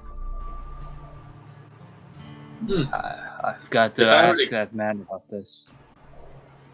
The beetle just continues to scurry on your arm, like a normal beetle might. Doesn't seem to be perturbed by you, and Cute. it doesn't seem to be attacking you at all. But Simon's the only one that saw that. He's just gonna be like, we have to talk about this later. Okay. I'll take that as a meaning any that of- it's not an immediate threat to us. It just Do any it of crawls you- up. It crawls up your arm and is currently sitting on your shoulder. Do any of you have a jar? Some kind of small container? I don't want this guy running around. The only jar I have is full of pickled lemon. I'm not sure it would survive. It would not. Nothing survives in the pickle lemon jar. Can I fit him in the infinite water skin? No, that's not how that Got a works. little, got a little tip. You can go ahead and add Darkness Machine to your inventory, by the way. That's actually going to be pretty helpful. Yeah. That's my middle school username. If I had Devil's Sight, that would be perfect because then I could just sit in the darkness and no one could see me, and then I could just shoot everybody. But I switched out Devil's Sight because I needed something. Aha! Anyway. Yeah. You're looking back in the cave, and the darkness has fully dissuaded out of it's dissipated. There's only the normal darkness that would be in because there's not direct sunlight in there. But you can light that up with normal. So I can see. Yeah, you can see perfectly fine, Lucius. So which way are we going? What There's did my two perception paths. give me? They both fork, off, make a turn to like the opposite sides of each other. But I need you. What in perception did you give me? That 14? Yep. There doesn't seem to be any real direction. There's just two paths. One to the left, one to the right. I'm willing Let's go to. right. Wait, hang on. Can I? Heads or one heads left, two tails right. Left. I just want you to know. I just want you to know, Lucius. I fucking love you right now. You walk on the ground, and that's kind of like when the last person goes through the cave entrance. Who would be last? Who would be last to kind of go through? Probably. Yeah, probably me because I'm injured. You kind of like look over a little bit, kind of catching the glow with Castor's saber. And you realize that the other side had a hidden explosive trap. Oh my god. I like this side. But you like walk through the left This side. side's much better. And you kind of like illuminating the way, and you absolutely see 3 crates full of explosives. TNT. Lady Luck is smiling. They said, you know May or what? may not I have got gotten the entire gist of this entire cave. You guys got really lucky. You guys played to that. Yeah. There was a whole thing. If you guessed wrong on the cave, well, one of them had bears. One of them was full of fucking bats. The other one had a few poisonous snakes. Natural 20. Yeah. We got like 4 natural 20s in the first hour. Yeah, You know, no, you in a guys' way- luck is favoring you guys today. In a way, I did roll a natural 20 earlier. He's not wrong. I remember that coin has a weak recharge period. Which Oh, is I good. know. But this was just a regular heads or tails. Thank God. Yeah, that was. I know that one. But I did a quick D2 roll as well to see which one was the right one, and it was left. So It was also left. literally a 1 in 4 chance. Yeah. So you guys start loading the crates onto the carriage with relatively little difficulty because you're fucking lucky as shit, and that was the whole point of this cave. And you guys are able to make track much sooner than you thought you might have. You think you can make it back to town by nightfall. So how many? There's 3. You know what? I think we do. What, You guys what completely size- crushed it. Yeah, yes. I'm sorry? What size of I think crate? someone was trying to say something. The crates are about the size of probably your chest. No, not your chest. I've seen you, skinny bitch. My chest. Not much better. Your broad shoulder, man. Yeah. Broad shoulders. You know the shape. They're about that size. Amount of is it like dynamite or is it black powder? It's not black powder, but there is several crates of TNT. There's three crates of a similar size. Okay. Like looking through them, each crate has a number. I'm thinking about 25 minimum in It's each. 75. A little over 75 sticks to dynamite. Look through it later. The number might be a little bit different. Clayton still has 2 of his. Yeah, the maximum effectiveness of bundling dynamite together is 7 sticks. 8 sticks. 7 sticks. Yeah. 7 or 8 sticks. I think it only. I'll have to double check. But while they were out, I had a thing I was gonna do. I was gonna go talk to the members. I was gonna start with Mercy's denizens to just have a little chat with their leader. On my own. Oh yeah, when you get back to town. Well, I didn't go with them, so I was. Oh, you already... didn't? Oh, Yeah. okay. No. Oh, Remember, yeah, I alright. went to go talk to. Never caught up. I thought Yeah. you were going with. Okay, never mind. Then you weren't there. Congratulations. So you're in town. And this is how you're spending your day. Yeah, I'm gonna go. You to know the Mercy's Mercy's Denizens is actually behind the horde in the giant ass tree in the back. That's where Clayton goes. And there's a rope ladder, kind of leads up. Climbs up. And, right. And you kind of get to the top, and you see Marco and the rest of the Mercy's denizens kind of lightly packing. You don't feel like they're the type of people that carry a whole lot of shit, and they just they see you climb up. Clayton, wasn't expecting company. Your friend ain't around here, is he? Nah. Good. Packing. In a sense. Good. He's a piece of shit. Yeah. I wanted to talk to you about something. Sure. You finish climbing up the rope ladder, and he kind of leads you off to a more secluded place in the tree. What do you need to talk about?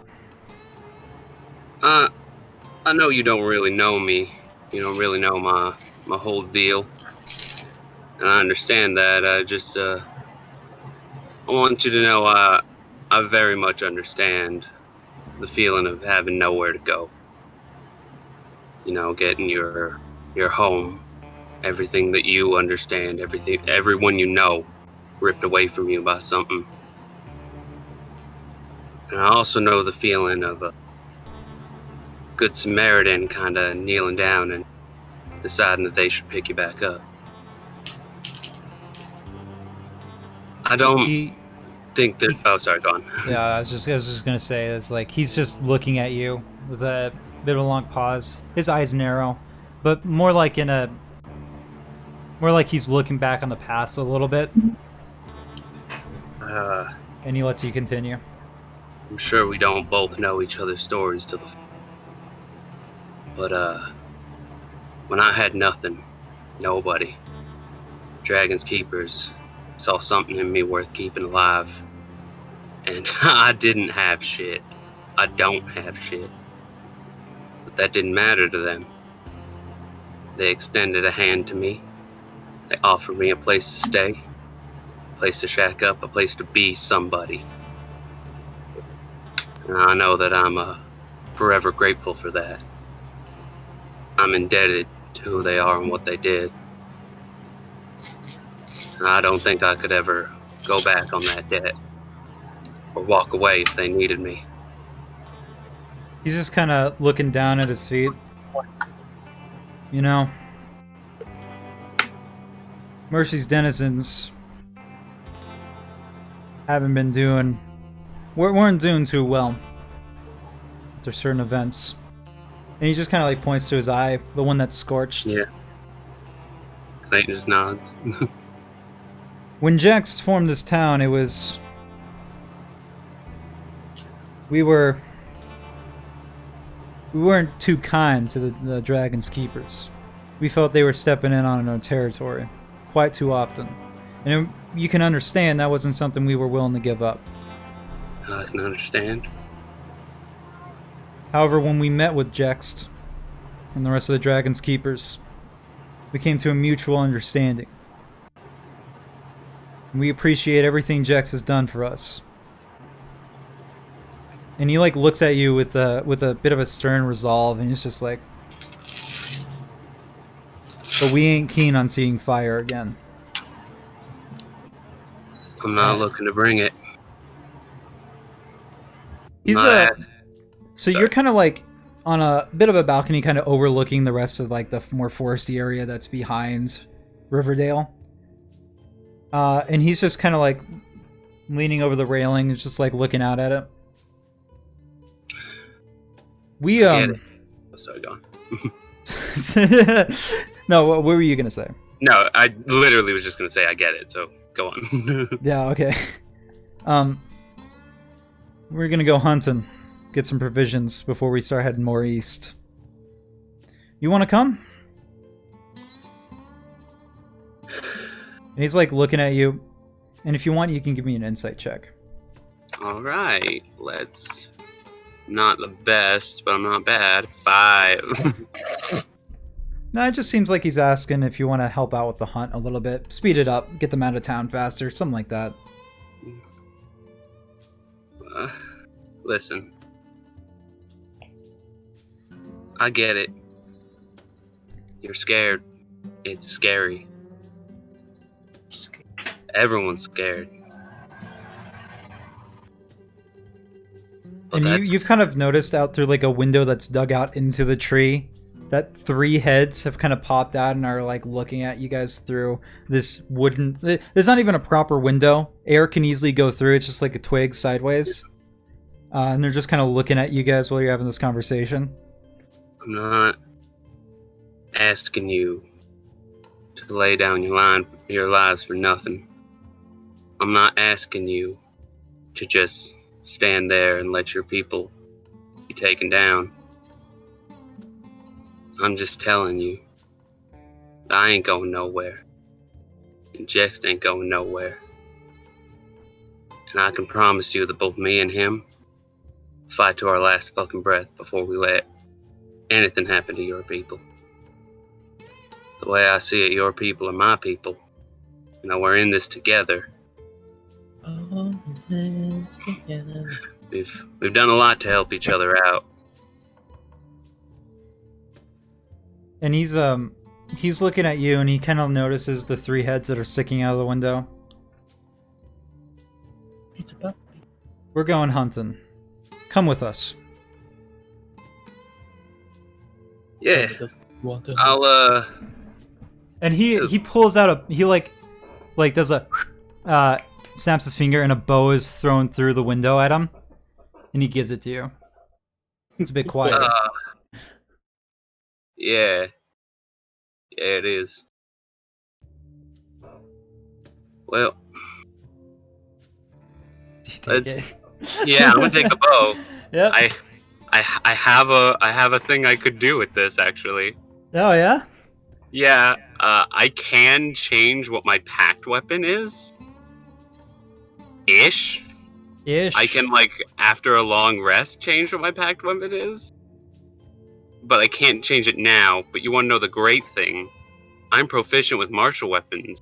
You My are. dexterity modifier is a +2, so it's not awful. Only 1 less. Yeah. It's not bad. Just like it's 2 less insight. because your gun is magical, but also this is not a magical bow. I'm aware. Yeah. But you can pick any weapon that you're proficient with. Oh yeah, is it really like that? I thought it was a magical weapon. Anyway, it's not important here. You're thinking the packed weapon thing, where I'm like, this is my packed weapon now. I'm talking about my hexblade. Right. I can shift my hexblade every long rest, but to make a packed weapon, I have to do like a fucking ritual. All right. So yeah. We're heading down now. And you, several other of the hunters are coming down.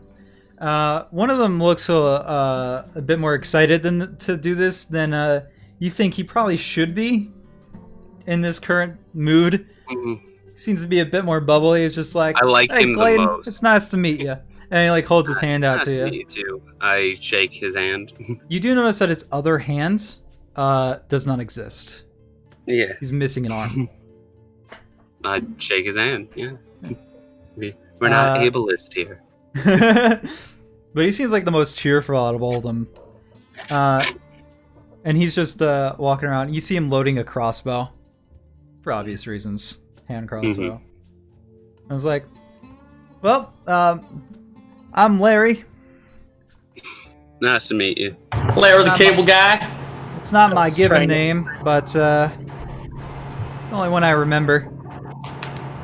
That's fair. I heard that this is all like while you're like traveling in the forest, trying to be stealthy, tracking animals. And you want to go ahead and give me like a survival check to do that as well as help out. All You right. can. It's just like Not great, but we'll try it out. you do 20. feel like shit. You do feel like he, in the similar sense to you, is a talker. Yeah. He's got a bit more of a bubbly personality. He doesn't quite fit the mood, and he's just like, you're all right. You didn't even like mention my arm. Most people do. Seems like I don't gotta tell you what you already know. Huh. Oh man, that's very appreciate. I very much appreciate that. And you guys are kind of checking, and he's like, "Whoa, get down." And you actually kind of notice it too. You see, you actually see a bearish form, but when its head turns around, you see the face of an owl. Oh shit! All right. But it's currently like it's looking around. Here's a snap from somewhere else, and like juts its head over that way, and begins running the other way. Damn it! Who ticked them off? Here, I don't. hold on. Clayton, I got this. Here, I'm gonna go chase around, go cut it off. You keep chasing on this way. And you know that like some of the other groups, as well as what's his face? I'm so sorry. I'm like constantly looking through my notes here. Marco and some of the other hunters are off on their own track. You're just kind of here with Frank. All right. His name keeps changing, isn't it? Fuck. It's all right. It's okay. Frank now. It's Frank now. But he kind of heads on out into the forest, and you kind of lose sight of him as you're like currently just taking the tracks. And you do notice something weird when you're trying to track it down, is that you've noticed a second set of bear prints. But the weird thing with your 20 is what you notice is that they're the same cadence. Like almost to a T. Like when the owlbear that you're chasing picks up speed, the exact same tracks mimic it. Almost exactly, and it's very disturbing to you.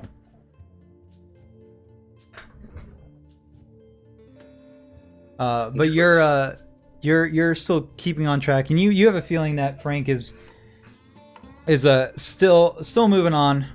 Also, you don't quick see question: him. Is this a longbow or a short bow? It's a longbow. Okay, sorry. But you hear a scream, Oh, shit. and it actually sounds like Frank's voice. I'm gonna rush over. Yeah, you do. And while you're running over, you actually notice that Marco has appeared beside you. What was the noise? He's like running alongside you. Yeah, it's Frank. We were tracking. We saw an owl bear. It ran off. Something else was stalking it though. Something creepy. Tracking its thing. As he's just saying this while he's running. So Yeah. like. There's a owlbear who's tracking it. I think there's two, something like that. Yeah. And you're rushing through, and he's like, he whistles up to the trees, and you see another one of the Mercy's denizens kind of hopping from one tree to another. When you do eventually make your way to the foresty clearing, one second, I'm gonna go and pull your token out of here. Oh God. Here's what you notice. You currently like are peering through the trees, and you see the the corpse, the freshly made corpse of an owlbear, just leaning like down, and it seems to be mutilated, not like a crossbow, like you would assume. But when you're looking at, you actually see currently pounced upon. Frank is underneath the foot of a similar looking shape to the owlbear. It looks like an owlbear. It absolutely does, but it has this clear crystalline see-through texture on its skin that you can see through in the black mass at its center. And it just seems to be looking down with its crystalline face at Frank. I mean, are we still worried about being quiet? Yeah, you can go ahead and give me a stealth check. Alright. Shit. Alright. Then I'm no longer worried about being quiet. Yeah, because he's probably going to hear me. Okay, cool. Yeah, so you actually turn around and you see like the bear, like before it's about to climb claw down and it like looks over to you. No sound is made, but you hear like the odd sound of crystal moving against crystal. It's just like it's like chalk on a nails on a chalkboard almost. I'm gonna summon the gun. Yeah, we're rolling initiative here. All right, great. Am I not gonna get the gun out before initiative? Just double checking. Unfortunately, because you don't have surprise on it. Yeah. All right, that's fine. 17. All right. 1 second. Bring up this. Oh shit! Hold on. 1 second. I gotta clear this list. So you had 17, right? Yeah. What did he have?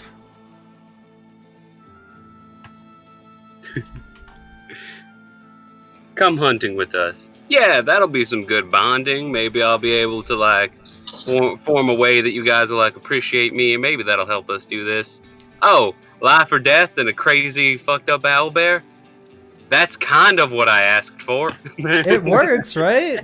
Nothing bonds people together better than tragedy. All Tell right. that to my divorce lawyer. Clayton, Anyway. you're first up. Right. You have the longbow in hand.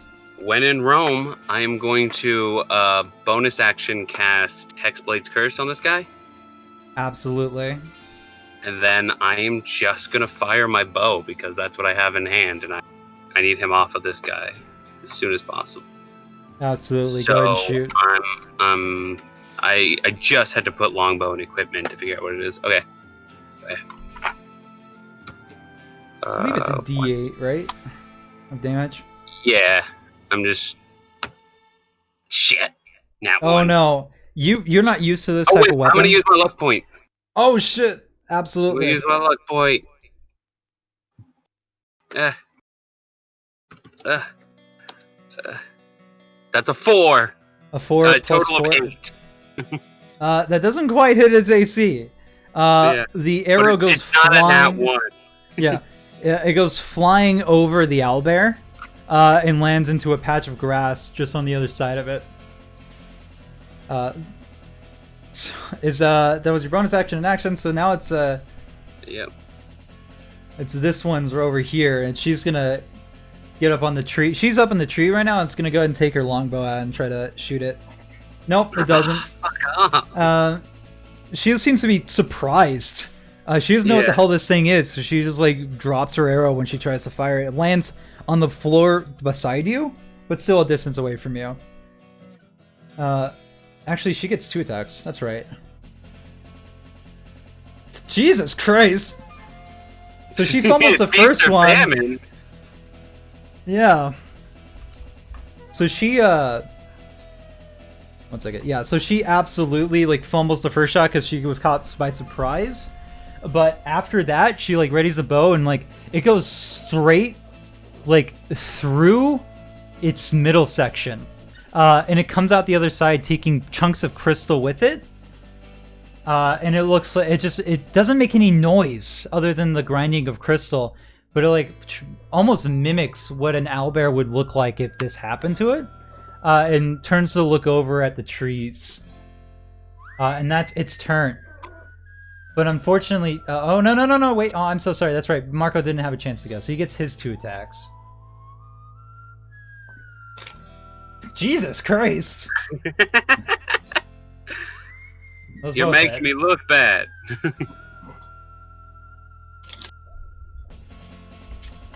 So Marco himself What's the matter? gets up the bat as well, and gets some really good shots off on it.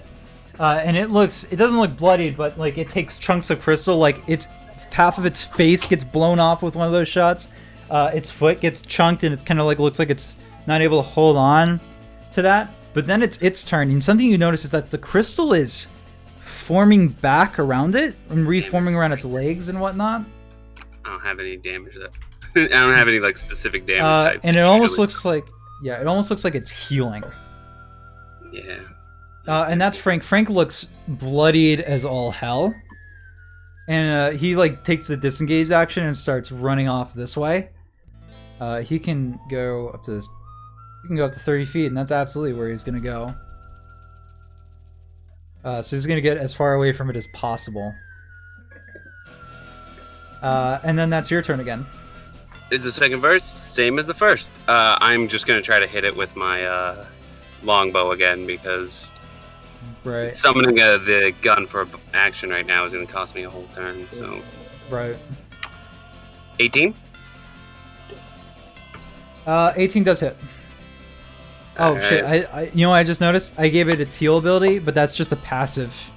It should have been able to go. Oh well, it was. Yep. What happened happens. Double checking my Hexblade's Curse. +2 bonus to damage rolls. Okay, so it's 1d8 +4. 5 points of damage as I sink an arrow into him. It's also cursed. Yes, that's the total damage. Oh okay. I add a +2 and I have a +2 dexterity. And then I'm this actually isn't- gonna... This isn't Sorry. your best weapon, but you're managing to hold on a little bit. Oh, you're moving Yep. over there? I'm gonna move right here. Absolutely. It's now this person's turn. She's gonna go again. 2 longbow attacks. One of them hits. So it looked kind of surprised in the beginning there. Marco's also gonna go. Nope, unfortunately, launches 2 shots, kind of fumbles because it saw it heal, and it's just like, what the fuck is that thing? It is absolutely, you have no idea what the hell this thing is, other than it mimics an owlbear. But it is its turn, and you see the crystal that was previously bolted off of it begin to reform around it again. And it keeps like getting that bloodied state and then going back up to just barely bloodied.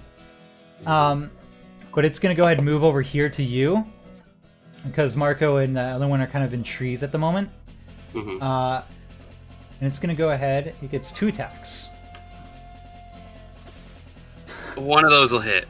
Yeah, Yeah, one of them. I want you to guess which one. yeah. 9 piercing damage as its crystalline beak jabs into you, and you can see like your flesh through the clear crystal. That's not good. But it like takes a chunk of flesh with it. And then it tries to go to claw at you, but unfortunately you're able to break away. It doesn't find purchase. That's when Frank is gonna like get on over here. And let's see here. Hand crossbow is a D4, right? No, it's a D6. D6. It's a D6, yeah. So it's gonna use the same thing here. It's not gonna use the damage. Oh, Jesus Christ. That's 3d6 plus 4. All right. Yeah. Oh no, unfortunately it's a loading weapon, so it's only the first one. That's right. I'll make it the crit though. All right. Thank you. They're very merciful. 10 damage is slammed on it as it takes a shot through the body. In more chunks of crystal just kind of get shattered to the ground. So you know, if you look down at the ground because the crystals are a little bit closer, they turn into worms and go into the ground. Gross. Super gross. It is your turn though. All right. I'm going to use my action to summon my gun because I'm not doing enough damage. Right. That is unfortunately my only action, and I don't have other bonus actions because it's already. Oh wait, yeah, that's my only action. Summon my gun. I just kind of like crack my neck and kind of like pull the hammer back, and I'm just like, God, fucking damn it! All right, let's go. Yeah. It also occurred to me that I don't have spells unless my gun is here because that's my arcane focus. So I should have. Both those attacks hit.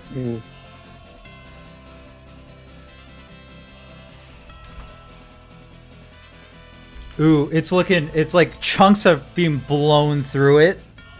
As it goes into a death's door scenario here, as like its hind leg is blasted off by another arrow from over here.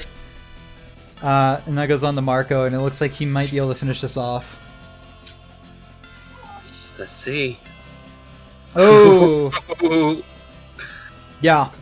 Yeah, Marco takes aim. The first one misses, but it goes and it like tinks off the crystal, and it goes to look up at the trees where it sees Marco, and it just like the arrow goes through its forehead, through the black mass, and out the other end as all the crystals break and shatter and fall to the grounds in front of you. Epic.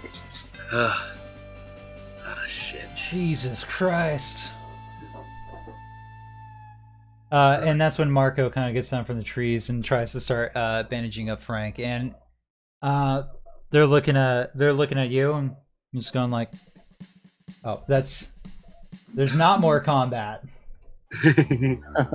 Yeah. He's like looking over and he's bandaging up wounds and he just looks up at you. It's thanks, Clayton. What the hell was that? And you're like looking at the chunks of crystal that are just on the ground. Can I make an Arcana check to see? Oh, absolutely. Here we go. 16. You know this. Other than the fact that it took the form of an animated owlbear, it is just. It's that magic crystal, that stuff that people are mining and using in various contraptions. Some kind of magic crystal. It's not supposed to do this. It shouldn't do this. This is something else. Something's wrong. There was that black core of it, like. Whoa. Like something. You know that's a common trait of these Yeah. crystals. And you notice when it splits off, the black core that gets split off with it, almost like a lava lamp, always finds itself at the center of each broken shard of crystal. Either way, there are a lot of crystals. One of the larger, most of it was kind of shattered with that nat 20, but one of the larger pieces begins forming into a raccoon.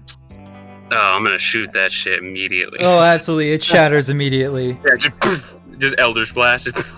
Yeah, the other pieces begin turning into smaller bugs and start skittering away. God damn! I just start stomping on things. I'm like, God, Yeah. disgusting.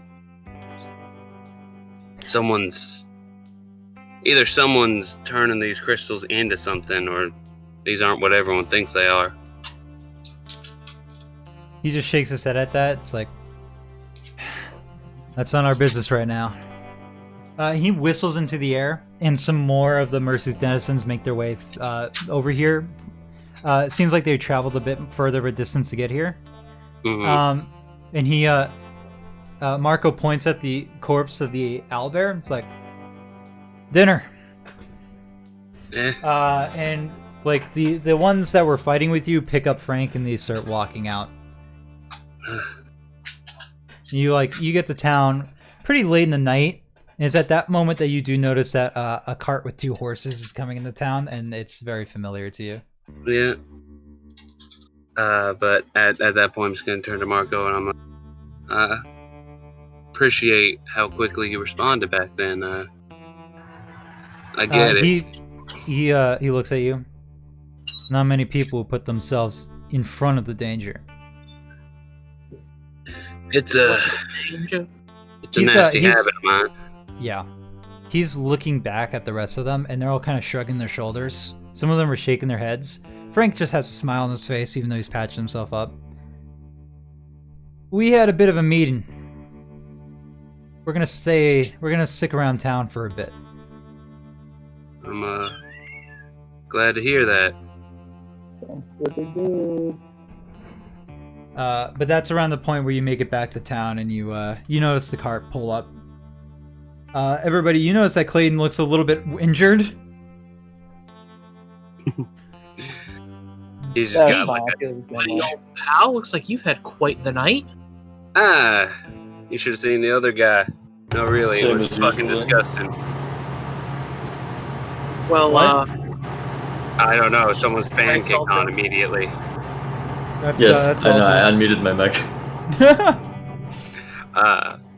Yeah, there's some kind of crystal thing out there turning to other animals. Decided it wanted to fuck around and be an owlbear, and well, it's a lot smaller than it was when we got there. You notice a crystal beetle on Simon's shoulder. Hey, real quick, what the fuck is that? Oh, these? Oh, this is bombs. Yes, these are plenty of explosives. We found them. We almost died. I was basically broke my nose. Again? I basically broke my nose. It really snuck up on me that. I'm talking about the little crystal creature. Considering I just got done dumping a crystal creature into the ground. Ah, you mean Ivan? Oh God, you named it. You know what? You let me know if that thing becomes an owl bear, and I'll put it down right quick. Okay. Where have you been? Went a little hunting with Mercy's denizens. They decided to stick around town. Don't say fucking anything, Castor. You bite your lip and you just accept the fact. I don't spend my time on. We're gonna cut you off right there. And what an amazing time to change the subject. We have these. We have explosives. I need to talk to a man. Here is your horse. Yeah, I noticed y'all rode in with Calliope. He's basically alive. you know what? As a fellow horse owner, I made sure that nothing happened. I appreciate that, Lucis. Just, next time drop me a line or something. Just as I was all with you, we were heading out. And you knew you I had could have that plan. sworn we said something, but That's, at least your horse is okay. Yeah, that's what's most important. I pet Calliope and give her a little sugar cube. Right. And this is the perfect time to call our mid-session break, even though it's 30 minutes past. Yep. You know what? Late then never. All right. I'm gonna make a bagel. I'll be right back. Yeah, Sam. Yeah, Sam, I'm hungry. Bye. Are you ready to begin playing Dungeons and Dragons? Yeah, Well, we bagel has were, and then you said that, and now I need to... No. Need extra time. Emotional repercussions. Yeah, did somebody just leave? But No. Only in spirit. Oh, okay. We're all here then. Nice. suppose. We can go ahead and continue. Yeah. All right. Last we left off, before our little break, our travelers, god damn it. Yeah, Lucius is puking his guts out. Sorry. Our Pardon me. travelers just met up with each other again. And we're discussing some weird events that have been going on. That time Lucius threw up in a mailbag.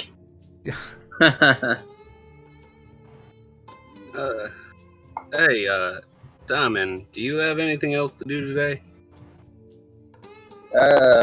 Put this all in a house, I guess. Yeah, he said what? You need to Put this all in a house, I guess. explosives onto a house. Alright, I think put those explosives into a house. Alright, well, I was just thinking maybe we should probably sit down with that book at some time.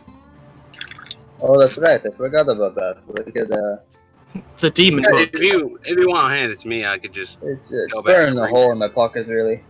Alright, I'll just head back to our place, and I'll just give it a read while you're out. Sure, yeah. He just hands it to you. Alright, Clayton just takes it. Right, you now have the Book of Nazareth. Yep. I wrote it down in my notes as flashy book. Yeah. Alright. Clayton, you wanna read the Book of Nazareth? You can read it. I'm gonna No, go. Jesus was born there. I'm gonna go to my place, and I'm gonna try to sit down and read this book because I can read and write and speak Infernal. So you're attempting to learn from the Book of Nazareth. Yeah, just my patron told me to. Right. Right? Book of Nazareth. Then what I need you to do... What you doing? What I need you to do... Yeah, what I need you to do is give me a wisdom saving throw. Alright, I'm not bad at these. I'm not bad at these. Another next one. Ooh. What? We are gonna get fucked in combat. What with all our nat 20s I mean, coming did up. you see me fumbling with a fucking longbow? Yes, but everyone so- else in your Technically, Yeah, 12 fair. 20s. This, I mean, I rolled a 12 on my deck save, too.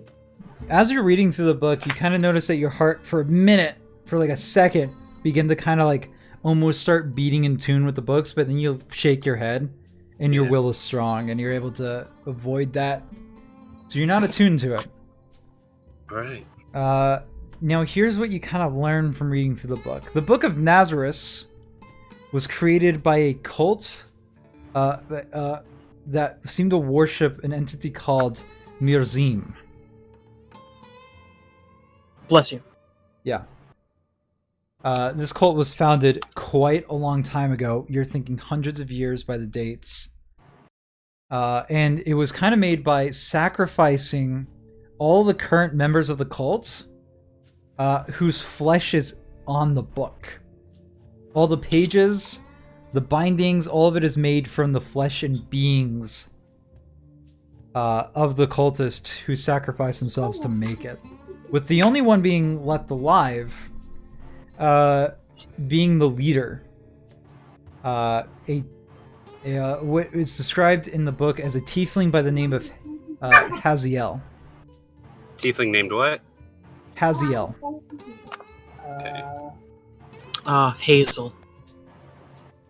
No, Haziel. Yeah. It was gifted to him by whoever these people were worshipping, which you would assume to be Nerzim, for fervent service. And a lot of this is all written down in like journal entries that seem to span for quite some time.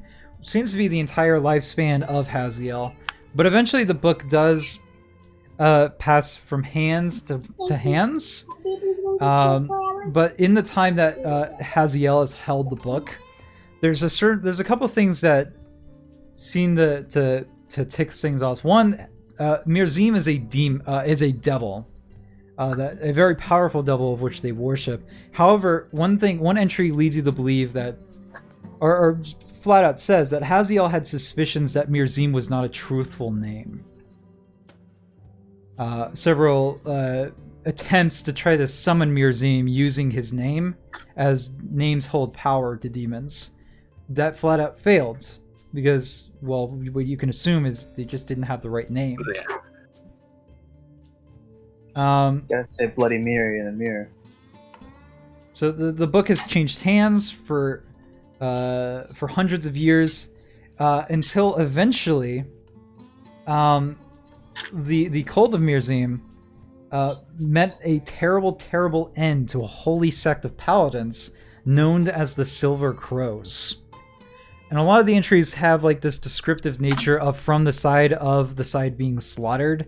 So there's a lot of slurs, a lot of cursing.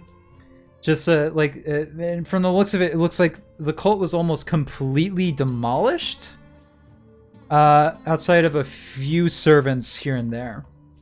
But there even seems to be a certain time period where like the last entry in the book was written about 100 years ago, and then the next century is only 20 years ago. And all the entries from the that continue on forward seem to be talking about this person that owns the book now gaining power and making deals with Mirzim in order to gain political favor. And they're all initialed with OB.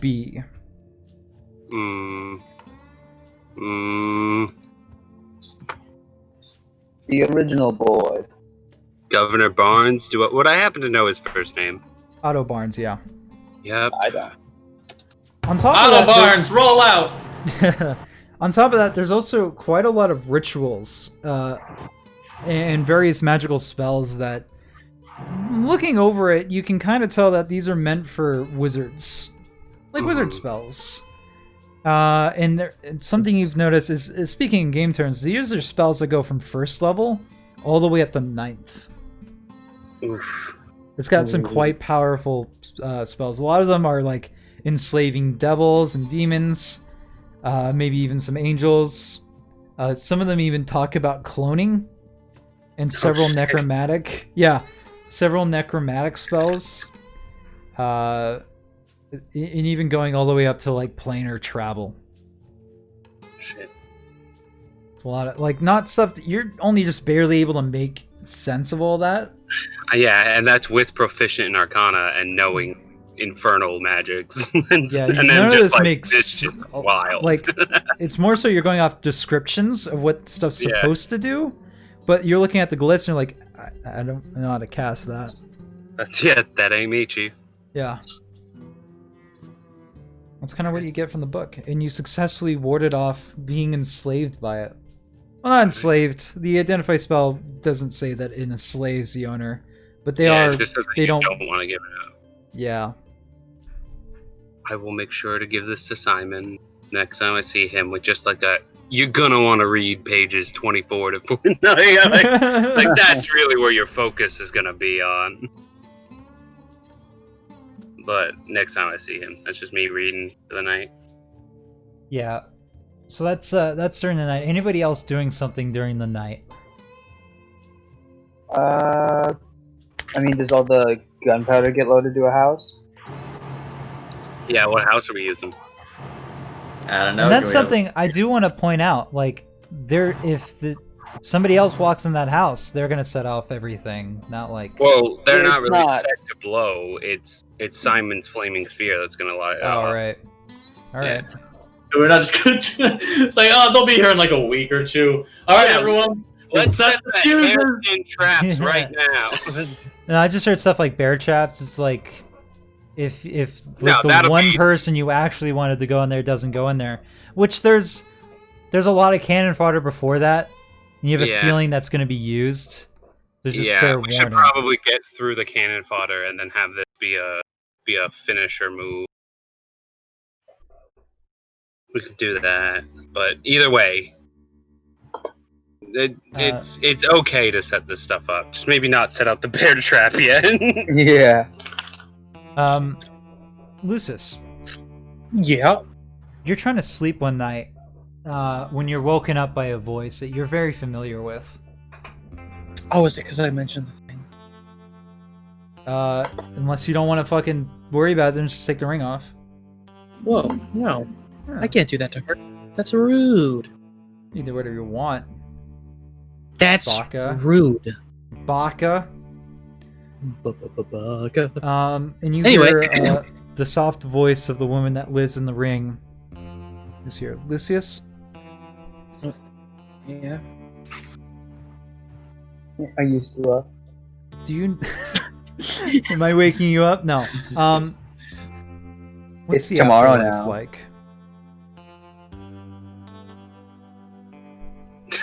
Did you not hear that? No, I didn't. All I No, heard we was didn't hear. it's tomorrow now. No, she asked, what's the afterlife like? I'm not sure. Not dead, so. But One from what I would, day, but no. I've tried. Not dead, unfortunately. Well, here it's peaceful. But one truly doesn't know until they cross over, you know. Do you think there's a way I can get my body back? You know, within just a few seconds of saying those words, you should know about to think before I say it. Unfortunately, I don't think so. Can She possess just a goes doll. quiet. Ooh. Oh yeah, that's how that works. It could be. There's soul binding. She's in a ring. Yeah. I mean, her name is Abigail. We can put her in a doll, and she can go on to star in a couple of mediocre films. That was Annabelle, actually. Yeah. It's sorry. Abigail. Actually, wasn't the real doll Abigail. Abigail? I can check. It's Abigail. I have it written down. I know her name's Abigail. Oh. We're talking about the actual Annabelle doll. Oh. Actually, yeah. okay. Yeah, she was named Annabelle. She was in. Abigail was the witches, the first to be accused of the Salem witch trials. Ooh.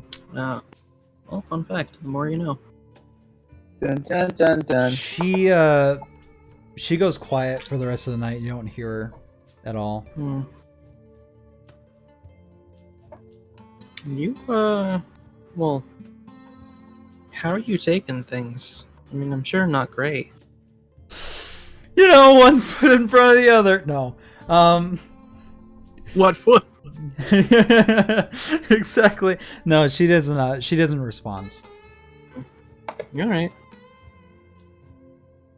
Well, I'm gonna keep this line open for whenever you want to talk. Just know DM that. me, okay? Yeah. You get the mental equivalent to nodding head. You don't see it. You just feel it. Clayton is also just passively very concerned about Abigail. He knows what can happen to someone if they stay inside an item for a really long time. So he's just like not concerned because he thinks she'll be trouble. He's just concerned because he thinks she's in trouble.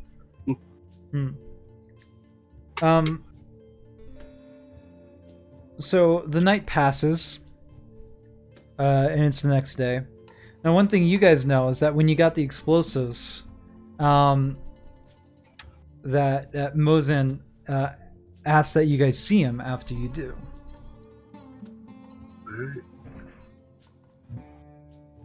But on top of that, there's also other things you can do.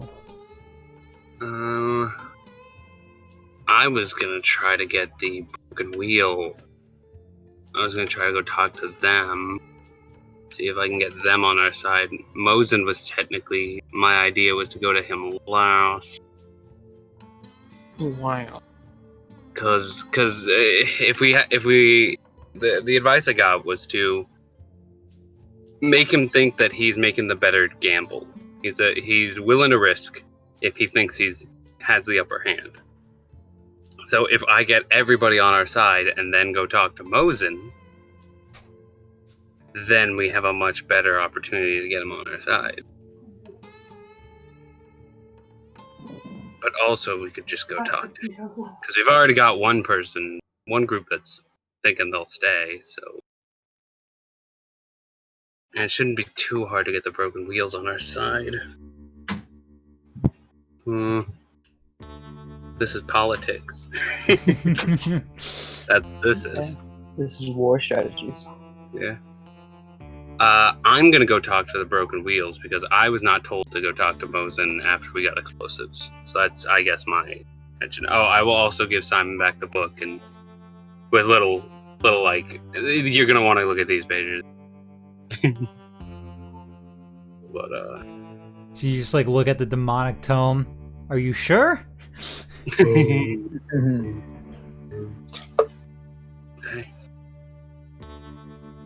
Yeah. Anybody else going with Clayton, or are you going alone? I'm not opposed to bringing people with me. I think I'd go back to Moses. Mobius. We can clear that up first. Anybody else going? I'll go, sure. Yeah. All right. So Castor and Simon, do you bring the explosives with you, or are you just kind of leaving them back behind? Can I see the map of the town again?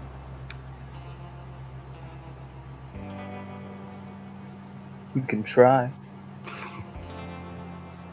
Roll me a history check. How much do you remember? I'm sorry. Somebody's talking. I remember that there were 7 buildings. What did you ask? He wants to see the map. See the map again. All right. Where are we keeping the explosives currently? I would imagine that they're probably by the bar. So this Which is one the is the bar? This is the bar? Okay. That's the bar. It's probably this one? Oh yeah, if we do this one, then I could even goat him around the side. Which side are they likely to come from? Which side did we arrive from? You arrived from you arrived from down here, and you would know that there was absolutely like some thrown down trees that you guys had to go past, some large trees, but in there was actually an illusory cutout version of it. So it was hidden with an illusion, so it just looks like two giant trees that are thrown onto the path. But somebody who has been to Riverdale before would probably know about that and would just be able to walk through the illusion and find the path into town. On top of that, if they knew about Riverdale, big ass buildings. Yeah, that's pretty big. Is this they one need to two-story? house several people. This is where the explosives are. Right, is that Yeah, one put the is that one a explosives in two-story there. thing, or is that... Is this building 2-story or 1-story? Which one? Yeah, This one. right here. That's One with all the 2-story. circles. That's 2-story. 2-story. Yeah, so that works. Cool. And that's actually the Dragon's Keeper's main building. Yeah, cool. They won't mind. Well, I mean, they're the people that are willing to put up the most. Dragon's Keepers have a tendency to give up a lot of what they have to help out other people. So if they're like, a building's gonna go. How does a town of 7 buildings have its own local militia? Because we It are doesn't. criminals. Yeah, we that's, are. Alright, a alright. town of 7 buildings doesn't have a militia. It's just a hideout town. And I would suggest let's go put the explosives in that building first, and then go talk to Moses. Mosin. Moses. Who cares? Fuck them, right? Close enough. Yeah, fuck Moses. This would be the building where Mosin and the Card Boys check up. Right. Obviously back here. That's Mercy's denizens. Mercy's denizens. Over here, the only like this one looks the same, but this is the actually only stone building. That's where the broken wheels are. Yeah. This is the shitty ass church. Yep. And then this is like a small general store over here. Alright. Rad. Okay. Yeah, let's put the explosives in the Dragon's Keep barracks or whatever, and head over to Moses, just to get them off the streets or wherever they currently are.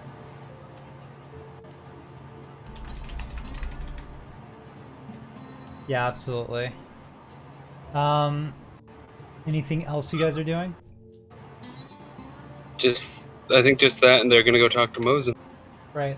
Yeah. All right. So Simon and Castor, you're going over to Mosin and the boys hangout, the Card Boys, and they got some stuff packed up, but you can kind of see that a lot of them aren't really working too much right now, and you actually see Mosin kind of just perched out on the porch, sitting down in a chair, and he's waiting for you. I believe Yeah, so Simon he's waiting had for some you. questions for this man.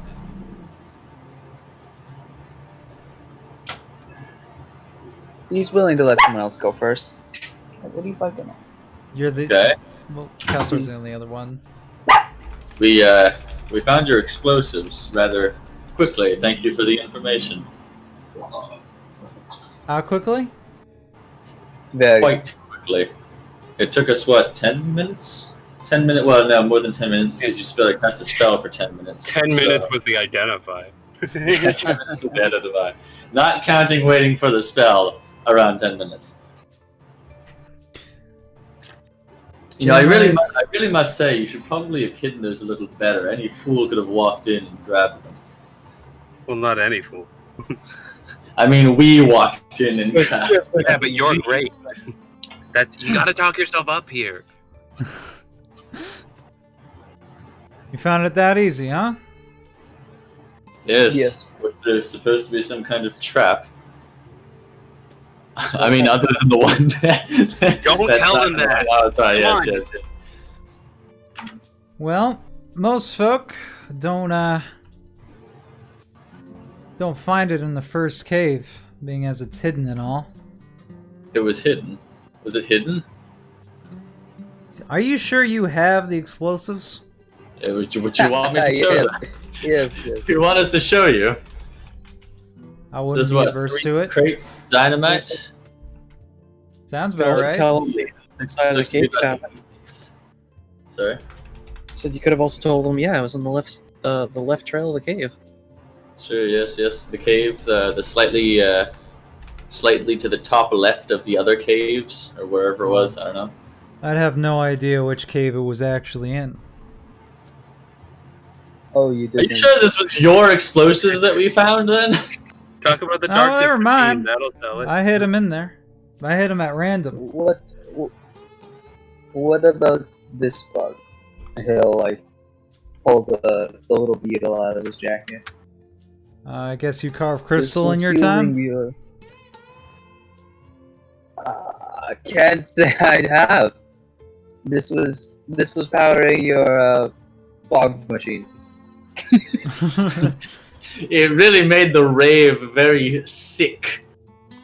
I wasn't the one that set it up, so I guess one of my boys carved it before they put it in. Did he do anything?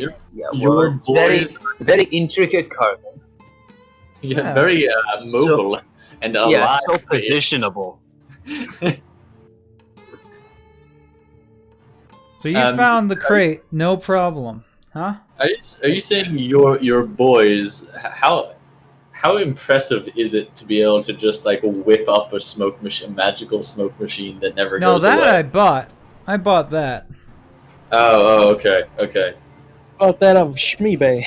I don't know why they would put a crystal that looks like a beetle in there. I don't think that was necessary. I mean, they just got Do you bored. know how this? If you bought this off Shmeebay, do you know how these boxes happen to work? I mean, You put a crystal in it, you press a button on the side, and it starts spitting out darkness. So what you're saying is Magical that sort. you didn't put this particular crystal in the box. He doesn't I'm know. sure. I'm sure somebody put a crystal in it. I wasn't the one that set it up. I just paid for it. I just push button. Ah, yes. Push button, darkness go brr. fog machine. Useful when you want to keep something hidden, especially from those that can see in darkness. Oh, what if? And he's like immediately turning to Castor, and he's like, "What if we put this in the explosive house? I'm sorry? If we put this in the explosive house, they'll have even a harder time getting out." They'll think it's even more of a trap if we do that. That's why we took a building with 2 floors, so we could hide the explosives on the 2nd floor and boom when they were on the 1st floor. Because they're also going to walk into the house, it's going to be dark as shit, and they're going to walk out immediately because they're not complete idiots, hopefully. Well, Hopefully they are, but... if it's dark, we can put the trap in like kind of I got the a doorway. question. Yeah. Mr. DM, please. Excuse me, sir. I have a question for you. About this fog machine. What is the range on that? It's the same range as the darkness spell. Okay. For the darkness spell, what's the range on that? I'd have to look it up. But I think it's about 30 feet. 30 feet. Okay, so never mind of putting that in town, surrounding the town in darkness. No, not that type of machine. Well, I mean, this guy apparently all he it's does is 60 spend feet. money, so maybe he can buy another 4 of them. It's 60 feet. If you I mean, can we find a don't- Yeah, box, that's the range. The sphere itself is a 15-foot radius. Oh yeah. It's like, well, you know, maybe if he buys yeah. Oh yeah. 40 of them, he can cover the town in darkness. Maybe shift your approach here. I mean, I can buy more of them. But it doesn't mean I can find more being sold. Well, that's why don't you just ring up Shmeebay? Everyone's favorite. We're trying to get these people on our side. You're aware of that, right? We are. Yeah, we're trying to rally all these people to our side so that we have a full defense unit. That is not my personal goal here. I don't I still particularly haven't care. seen the explosives. Well, fucking follow me then. He gets up and he starts following you. Walk him over to the Dragon's Keep. Show him the giant pile of explosives that we have. So you did find it. I was beginning to think you were lying to me. Did you not roll a good perception check or what? It's insight. Oh, Insight, yes. I don't know when you. I don't know if you're lying to cutting me out or real not. bad. Is that just for me? I think I'm just stopping. Yeah, everything. Hello! It is I, all the super Game body. Master! I'm having What no happened? problems. Can you guys not hear me? I can hear you. No, we hear Hello? you. We hear you. Everyone's roboting really hard. Then that's not Oh, me. really? I don't hear I don't, robot. yeah, I don't hear hear robot either. Then it's just him. One of these things is not like the other. One of these mortals just does not belong. Have we figured out our technical issues? Does the Game Master take control of the world once more? Hello? Hello? Hello. Are you all Hi good? We having I got problems? Hello. auto disconnected. Hi there. And then auto I can- reconnected. No, stop that. Hello. Here, I can switch the Hi there. server. Hi One there. second. And use it US East, why not? Yeah. Hello? Are things better? Yeah. Super roll back. Is that okay, cool. Okay. Oh, your Discord Uh, server crash. Yeah, well I switched the servers. To the better server. Apparently. So Use he's Toast. he followed you into that the Dragon's Keeper's hideout. And he says, well goddamn, I guess he did find it. He didn't I have mean- any problems? None at all? Deflected a bullet. Do you really think a measly bit of black is going to stop us? Anybody can get lucky like that. Lucky? He Do you says wanna with try full again? confidence. Do you want to try again? I'll fuck you up, mate. He's like, just looks at you. Suddenly slipping his ass. You fucking what, mate? You fucking what, mate? It's my country Chinese Tibetan accent coming through. Right. That was Australian, 100%. Yeah, he looks like at the he said. pile. He looks at the pile Oh, of no. explosives. Whoa. Robot. What? Uh Oh oh. no. It's just Oh, no. Jack this time. Oh no. Yeah. Hold on. He's descended. We'll just You- keep you need to switching start- servers. You need to start singing so that it's auto-tuned. Are we good now?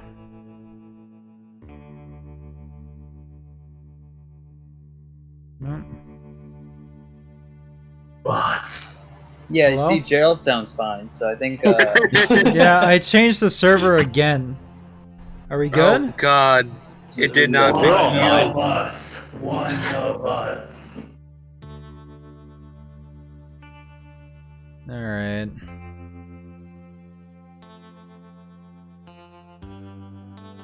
That's not my name.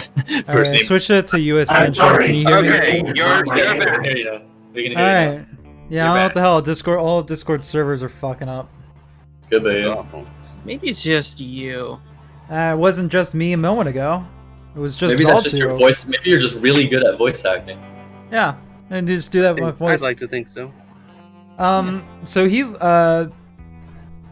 Mozan looks at the pile of explosives. He looks at you. Just kind of sits in silence for a second. He pulls a coin out of his pocket and flips it, catches it, slams it on his wrist, and just looks at it, hiding it from you. Slaps his wrist a little bit. Alright. Well, Is this the gambler?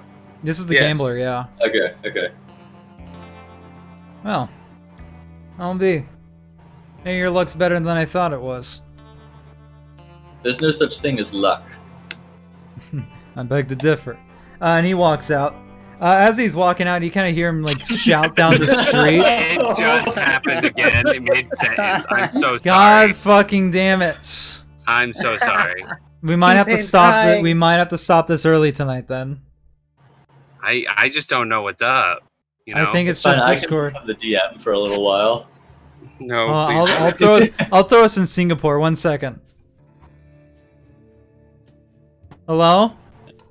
We're in Singapore. Oh, are you? Time of year. Can you hear me? Yeah. Not well. We hear. Do you not hear us? Bit of issues here. Back in US West. How about now? Is everyone good? We're good. Yeah, Singapore Oh, is nice this man. time of year because it's the same fucking temperature year round. It's on the equator. Yep. Everyone can hear me though, right? Yep. Yes. Did you All guys right, hear something? Fuck you. As he's walking out the Dragon Keeper's place, he's shouting down the street, "Unload the carts! We're sticking around." Hell yeah. Unload the carts. Oh, look, more dynamite. No, I had a natural 20 on my perception. There's no dynamite in those carts. There's no dynamite in those carts. But you see, like, you're like looking down the street, and you see them just kind of like put their heads in their hands and start unloading everything they just loaded. You guys notice that when you're walking over to the broken wheels. Can I call out to Mosin real quick? It's like, hey, Yeah, Mosin, I've heard you're a betting man. Would you care to make a bet? Sure, I'm always down He for a is. game. I'd like to bet on the outcome of this battle. Yeah? What do you What think's I'd gonna like- happen? Well, I think, let's see, there are 7 buildings in this town. I think 2 and only 2 will be destroyed, leveled. He like Oh, looks just around. two. You care to point out which ones? That depends, if it makes the bet more spicy. He That's says the bit that he always does. he points to his building and the church. And then he points back over at this storage building that's over here. So we're... All the way at the bottom of the map, this last one down the street. Okay, so, oh, I thought that was Mosin's building.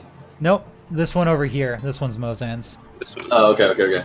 I might have said the other one by accident, but Man, if only these were labeled. they're labeled for me. Oh, They're not glad- good. I'm They're glad. not good labels, which is why you guys can't see them.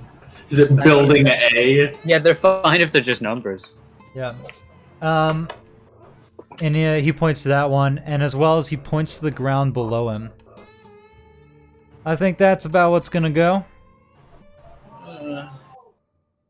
What do you want to wager?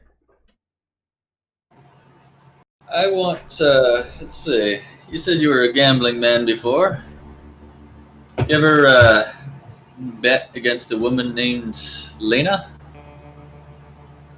You see him like perk up, like a shiver just went down his spine. Shit. I want to And bet. What I want is any information you can give me on that woman. I'm sure you're familiar with her type of... You hear Lena, yeah. You know, I know a bit. It's like all composure drops. Yeah, I you know, it's not usually listen, I didn't lose. The game was rigged. You can't win that. Game was rigged from the start. There's no Clayton, such who thing. has won by also cheating. There's no such thing as luck. Now, let's see. I Alright. think... How about this? If you win, I'll give you any information I have on her. If I win, well, you all seem like a capable lot. I want your services. I'm not sure I can speak for everyone here, but you have mine. Well, you're gonna have to. Well, seeing as I'm the only one here, I suppose I can. Well, it doesn't seem like anyone can speak up to stop me, and therefore that's the same as permission. Exactly. What can I I'm say? sure. If she doesn't say no, it's not. No, you lost me super hard on that one. Anyway, That's weird. I think your mic cut out because I couldn't hear that last part. That was weird. that's okay. It's okay. Just stop talking. Mozan great, tips that's his great. Mozan tips his hat to you and just turns around. So it looks like it's a deal. And just walks off and begins unloading his own shit. A deal it is. We got 2 on our side. Broken at the broken wheels, just at the front door, which is right here, by the way. Clayton, Lucius. I assume both Clayton and Lucius heard that. This entire thing, they totally were like right next to us having this conversation. Well, technically, I guess technically I walked over while you guys were talking, so I wasn't paying attention. But you're at the broken wheels, and as soon as you approach the door, immediately through the front window, a burning fire dwarf is thrown through it. Well, that about tracks. They're unconscious on the ground, or at least it seems like it. You just hear yelling from the outside, just like, "Pick yourself up! You look like a disgrace." Clayton is gonna turn to Lucius and is just like, basically the game plan here is to rile them up, make them want to fight these bastards, and make them think that we got a good shot. That sound good with you? Man, I have 10 fingers. No. Sounds. I remember that. Here we go. I'm gonna open the door. And immediately you're pounced by heat, like hitting your face. It is extremely hot in here. I assume he would have pulled up his mask first because he's like, you're he fine. knows. Yeah, he's just like, Yeah, no, I know I'm fine. Yeah, you're fine. You're absolutely. Yeah, this place I'm feels also nice. fine. You don't want to touch anything explicitly because you might just take fire damage from that. But just I might catch something. Not a problem. Yeah. Clayton will fold up his poncho and leave it by the door so it doesn't burst into flames as it goes in. Small little whiskers catch fire. I'm gonna head in and I'm gonna look for what's the main guy here's name? Real fast. Inside, you notice that there's several machines meant for both smithing and smelting, various work tables and whatnot, anvils, dremels and whatnot. So there's actually like various swords with jagged edges currently in the process of being made, as well as several parts meant for mechanical inserts of guns. Everything that you can think of is kind of being made here. And there seems to be the bustling of several fire dwarves. And actually, at the far end, you notice, like, inside a forge, like, just inside this heated kiln, one of the fire dwarves stick their hand in, start yanking something out, and, like, toppling themselves over with the other thing that they pull out is another fire dwarf, whose beard immediately ignites in flame. They stand up, and their eyes light up. It's like, oh, that's what existence is like. And he takes up a hammer and starts working on other shit himself. That is a level of commitment I will never have. Fine work, gentlemen. Yeah. But there seems to be some chaos going on here. It looks like several projects are currently being finished up as fast as possible. All while one of the fire dwarves, if you know, to be kind of like the foreman almost, Bolden Krelk, who's currently shouting at them all with an inverse of like yelling profanities at them and then being as kind as possible. It's like, yes, there you go, lad. Right there, just like that. No, not like that. I'm fucking... And he like takes his hammer and smashes them in the face and starts working at it himself. Like that. There you go. You'll get the hang of it. And he like lifts him back up and pushes him onto the anvil. There you go. Holden, it's good to see you still at the grindstone. Ah, Clayton, it's good. It's nice to see you again. What the hell are you doing in my shop? Well, I was just here to talk to you about something. Oh, that's quite all right. You want to come down and sit down? We're extremely busy. No, yeah, you keep working. I don't want to slow down your work pace. I understand you have to get things done rather quickly before you run with your tail between your legs and all. Oh, you calling me a coward? No, I'm just stating facts is all. He like looks at you and just blinks. All right, well, as long as we're on the same page. Listen. Yeah. Like before he's gonna move, I'm just like, listen. I can't.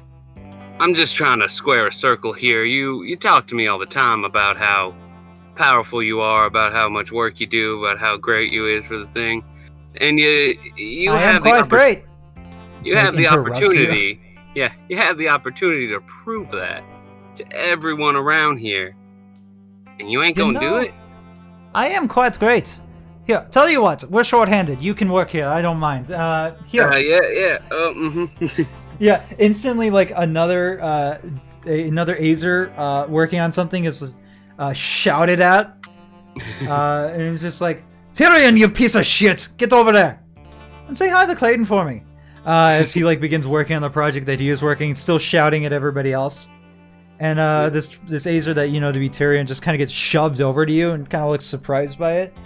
Not as much as you would expect, but hi, Clayton. It's nice to meet you. Yeah, likewise. So I guess you're the new help? For a bit. I'm just talking to your leader over there and trying to drum up some just a little bit of fire under him, you know? It seems like he's not got the fire. And you look underneath him, he's like literally over a fire. Yeah, I know. But it's like, obviously, environment aside, he's not really, riled up. It's a little dull. Well, he has been a bit frayed lately, and you like see a hammer go launch into the side of the Tyrion's head. He doesn't he cocks his head with it, but he just kind of pulls it out, drops the hammer to the ground. It's like that. It's hard to work under a leader that's scared. Yeah, Bugden. He has everyone's best interest in mind, and then he doesn't. Yeah. I think he needs someone who should.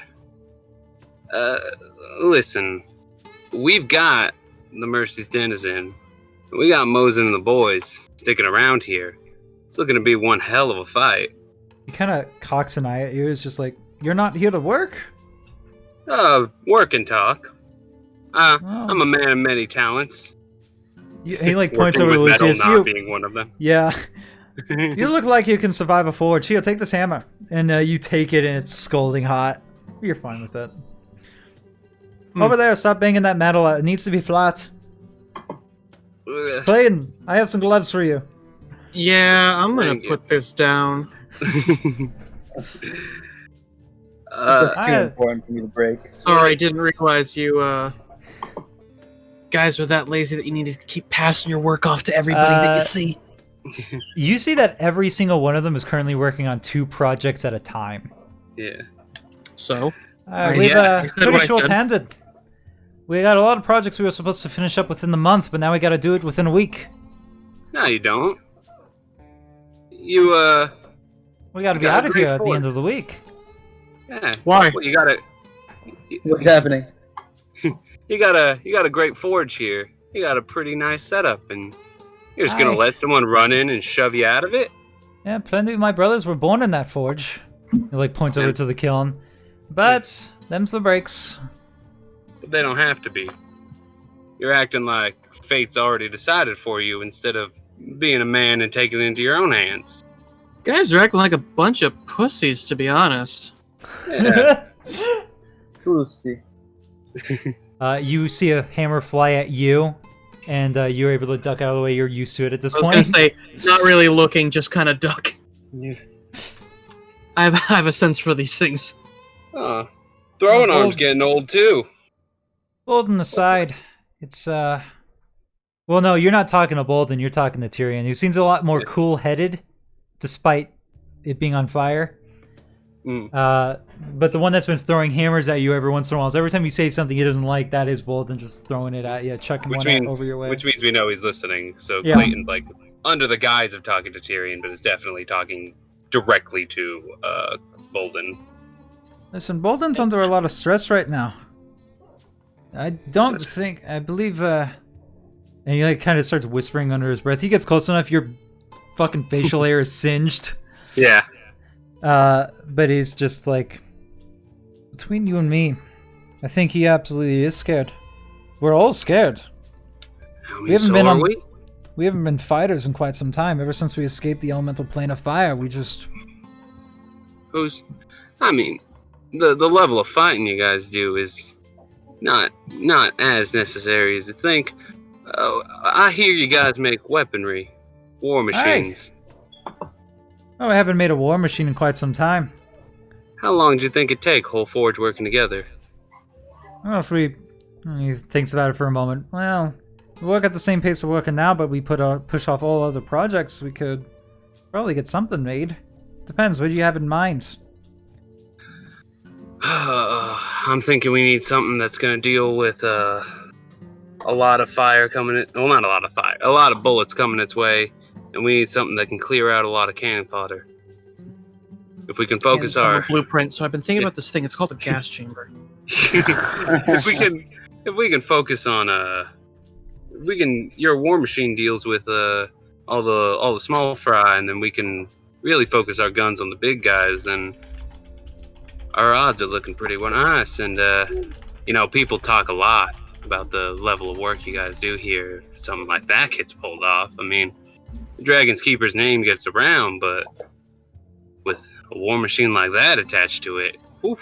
What he's trying to say is if you guys just pulled your heads out of your asses and just thought for a minute. Another hammer. Yeah. You dodge it. You guys can accomplish something actually interesting for once, and in the end, keep your fucking home and then continue your projects at a... And immediately, like, as soon as, like, for once, it's just, like, immediately Bolden comes rushing over, grabs you by your shirt, it is ignited in flames, and you actually do take a D10 of fire damage, but it's only half because you have resistance. So 4. You take 4 points of fire damage as he, like, pulls you in extremely close. It's like, you best keep your words down, boy. I've lived many lifetimes longer than you. Oh, yeah? He, like, throws you aside. Everything I make is a masterpiece. Really? Because I'm not seeing stuff that's too impressive from the stories I've heard about you guys. Clayton is sweating. No, Clayton, this is on brand. Clayton knows what he's doing. It's like, yeah, so Clayton's gonna speak up and it's just like, I mean, but the full force, whole thing together on one project? Whew, that's a different story, don't you think? I know what we could make. Yeah? No, I see what you're doing. You're trying to rile me up. Trying. I ain't seen you move that fast in years, old man.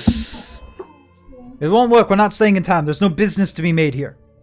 I mean, if you guys want to keep hiding for the rest of your life and being a bunch of ninnies, working on half-assed projects at this pace you're going at.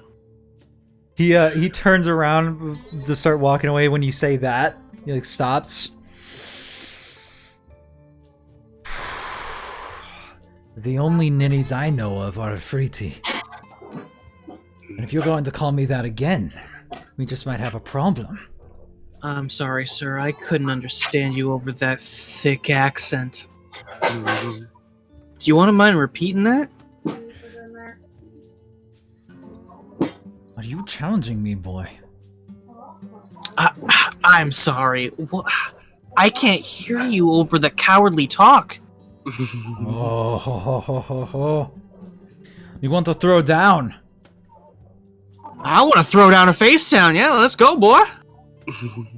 How about this? We'll play on some home turf here, hey? We'll craft your war machine, but only if you do the same. We'll see who's really good at making war machines here. That sounds right by me. Your whole force versus us? Completely, like, bypassing the fact that this is exactly what you wanted. Yeah. He just has no idea. Yeah, but DM, I know you're the DM, but shh, Yeah. he might hear. Clayton just like, that sounds fine by me. If you think you can do it. You get yourself a forge team together, and I'll get my boys, and we'll see who makes the better war machine. And we'll see that. Let's go, Lucius. We got a group to put together. Yeah, I'm sure it won't be that impressive, not unless he really motivates his people. So it's just like together a team. It's like his beard ignites in flame like 10 feet wide, and it's just like it simmers down. He's like talking over everybody else.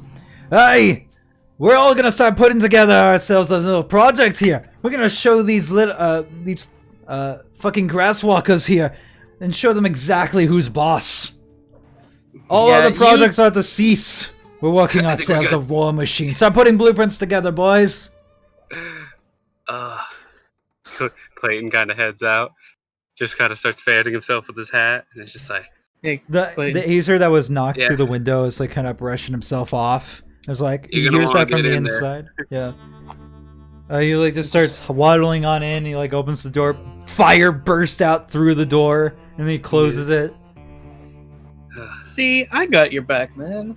I appreciate that, man. You always have my back. You Put know, my when hat it back comes to riling people up, I know how to calm them down, but I also know how to get them going. And Oh, whoa. that's everything we needed for that mission. So, I do believe, as just for he shits pull- and giggles, you guys wanna just give him like a cardboard box of look, there's our war machine, I mean, yeah, we don't got to do most of the just work. in crayon. Yeah. You know, I'm gonna duct tape a hunting rifle to a box with a trigger that says, "Please stand in front and pull me." And, they're gonna work as hard as they want, especially if they see us pretending like we're doing something every so often.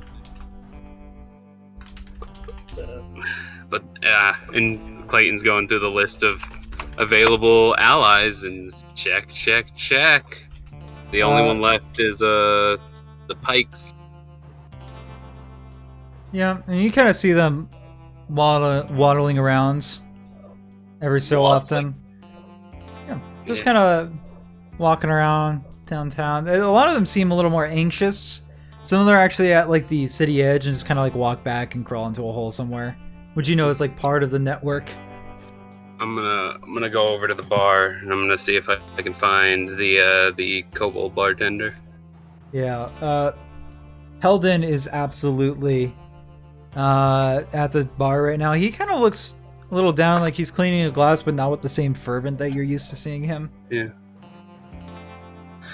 Hey, little guy. How are things? Clayton! Up! Yeah. He smiles to himself, but like very weakly. Everything all right here? No. Yeah. I get it. You're worried. Yes. I saw what's in those tunnels. I know what's at risk here. Huh? Can't move eggs. I know you No can. time. So, and I know what they mean to you, and trust me, I get it. We all got people here we're looking to protect, and we all got things we're looking to protect. And we can. Oh, sorry. He looks up at you and just he like does that motion where he like tries to flex it and he just like holds his biceps, just weak. Not fighters. Don't have to be. You're crafty, you're tricksy, you got your own talents to you. You got that gusto, kid. Everybody's pitching in the way they can. For better or worse, we're looking to protect this place. Well, I'm not asking. Yeah, protect the town, protect you guys, protect everything. Big Jimbo, strong. Nah. Big Jimbo is loud. Big Jimbo dragon. Big Jimbo half dragon.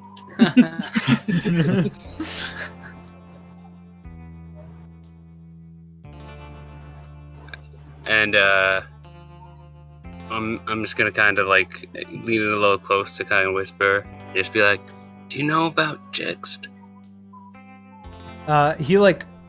He visibly starts shaking, like vibrating, like Jext, human. Hey. That tells me everything I need to know. He just looks down at the glass that he's cleaning. He sets it down. You know that we're better suited for this than people think we are. And believe me, you did not spill his secret. I got a little new fire in me. And I want you to know that I'm willing to put that to good use and actually do something for once. What can we do? You guys can move around the city. You guys can make distractions. Traps of some kind. You guys can let us through your tunnels. Movement is really important in wartime. Communication's important as well. Got some sticks of dynamite if you guys want to throw them. Yeah, you guys can throw dynamite if you feel like it. You don't really have to be accurate with your dynamite. It's gonna distracting. go. Yeah. Do you think we survive? No. Hold on. Doubt. No doubt. Yes. Yes, that's what I meant to say. Clayton looks at him honestly, and he just says, I know I'm going to do everything in my power to make sure you do, and I know we're all going to work hard to protect what you hold dear. Riverdale, home. Hell Jax, good friends. yeah. Agreed. We don't want to leave. And no one should make you. Come. And he like kind of goes around the counter and kind of forcibly drags you again. Yep. He's just down into the underground pathways, and you need to follow. You're allowed to follow. Yeah. Come with me, please. I need more than me to be able to navigate the tunnels. And he's like leading you around the tunnels and whatnot, and you come to like a big, open, more cavern area that's kind of held up with wooden, like basically just sticks bundled together, holding up the ground above. And you can see down there, not only like this isn't necessarily a nursery, but there are quite a few kobolds down here, and they're all kind of looking down on their luck and whatnot. Friends, pikes, and he like motions over the Clayton. It's Clayton, and he like comes over you and kind of drags you down so that way he can speak into your ear. Inspire. Right. All right. And I'm gonna stand up and just listen. Hey, your head touches the ceiling. Damn it. Hey, real quick, I'm gonna give you that. Bardic inspiration. Bard of inspiration. There you go. More inspiration. All right. This place is your home. These are your children. These are your family, your futures. Your friends have been here to protect you and to give you a place to stay. Now I'm here to tell you that I intend to keep it that way. Now I'm not going to let anyone ride into this town and shoo us all out without bringing hell from my own hands at them. We're here for a long time, and I'm going to do what I can to protect y'all. And I mean that. A lot of them start looking up at you at that point. Some of them are standing up to meet with you, but a lot more are still kind of sitting down. If you would like some sort of check, persuasion, maybe. Yep, with that bardic inspiration. That's an extra D6, right? Currently. Yeah. Here we go. Ooh, hold on, wait. Make it higher, yeah. 23. A lot of them start getting up and looking on over to you, Lucius and Helden. And a lot of them just kind of speak up. We not fighters. You don't gotta be. I'm not looking for fighters. I'm looking for tricksters. I'm looking for the wily folk. Those that make traps, those that distract, those that can throw dynamite reasonably far. So some of them, yeah, some of them actually turn their heads at dynamite. Yeah. With a shine in their eyes. That's right, we got some. One of them gets up. We good traps. We good at traps. And then like he looks over to the other ones. We good at traps. And the other ones get up. We good at traps. You good at traps. Hey, Clayton. Yeah. How fast do you think these people can dig? They made this place. Because, they might be able to set an underground trap, too. A few, yeah, maybe. Traps. They're like traps. chanting that in the background.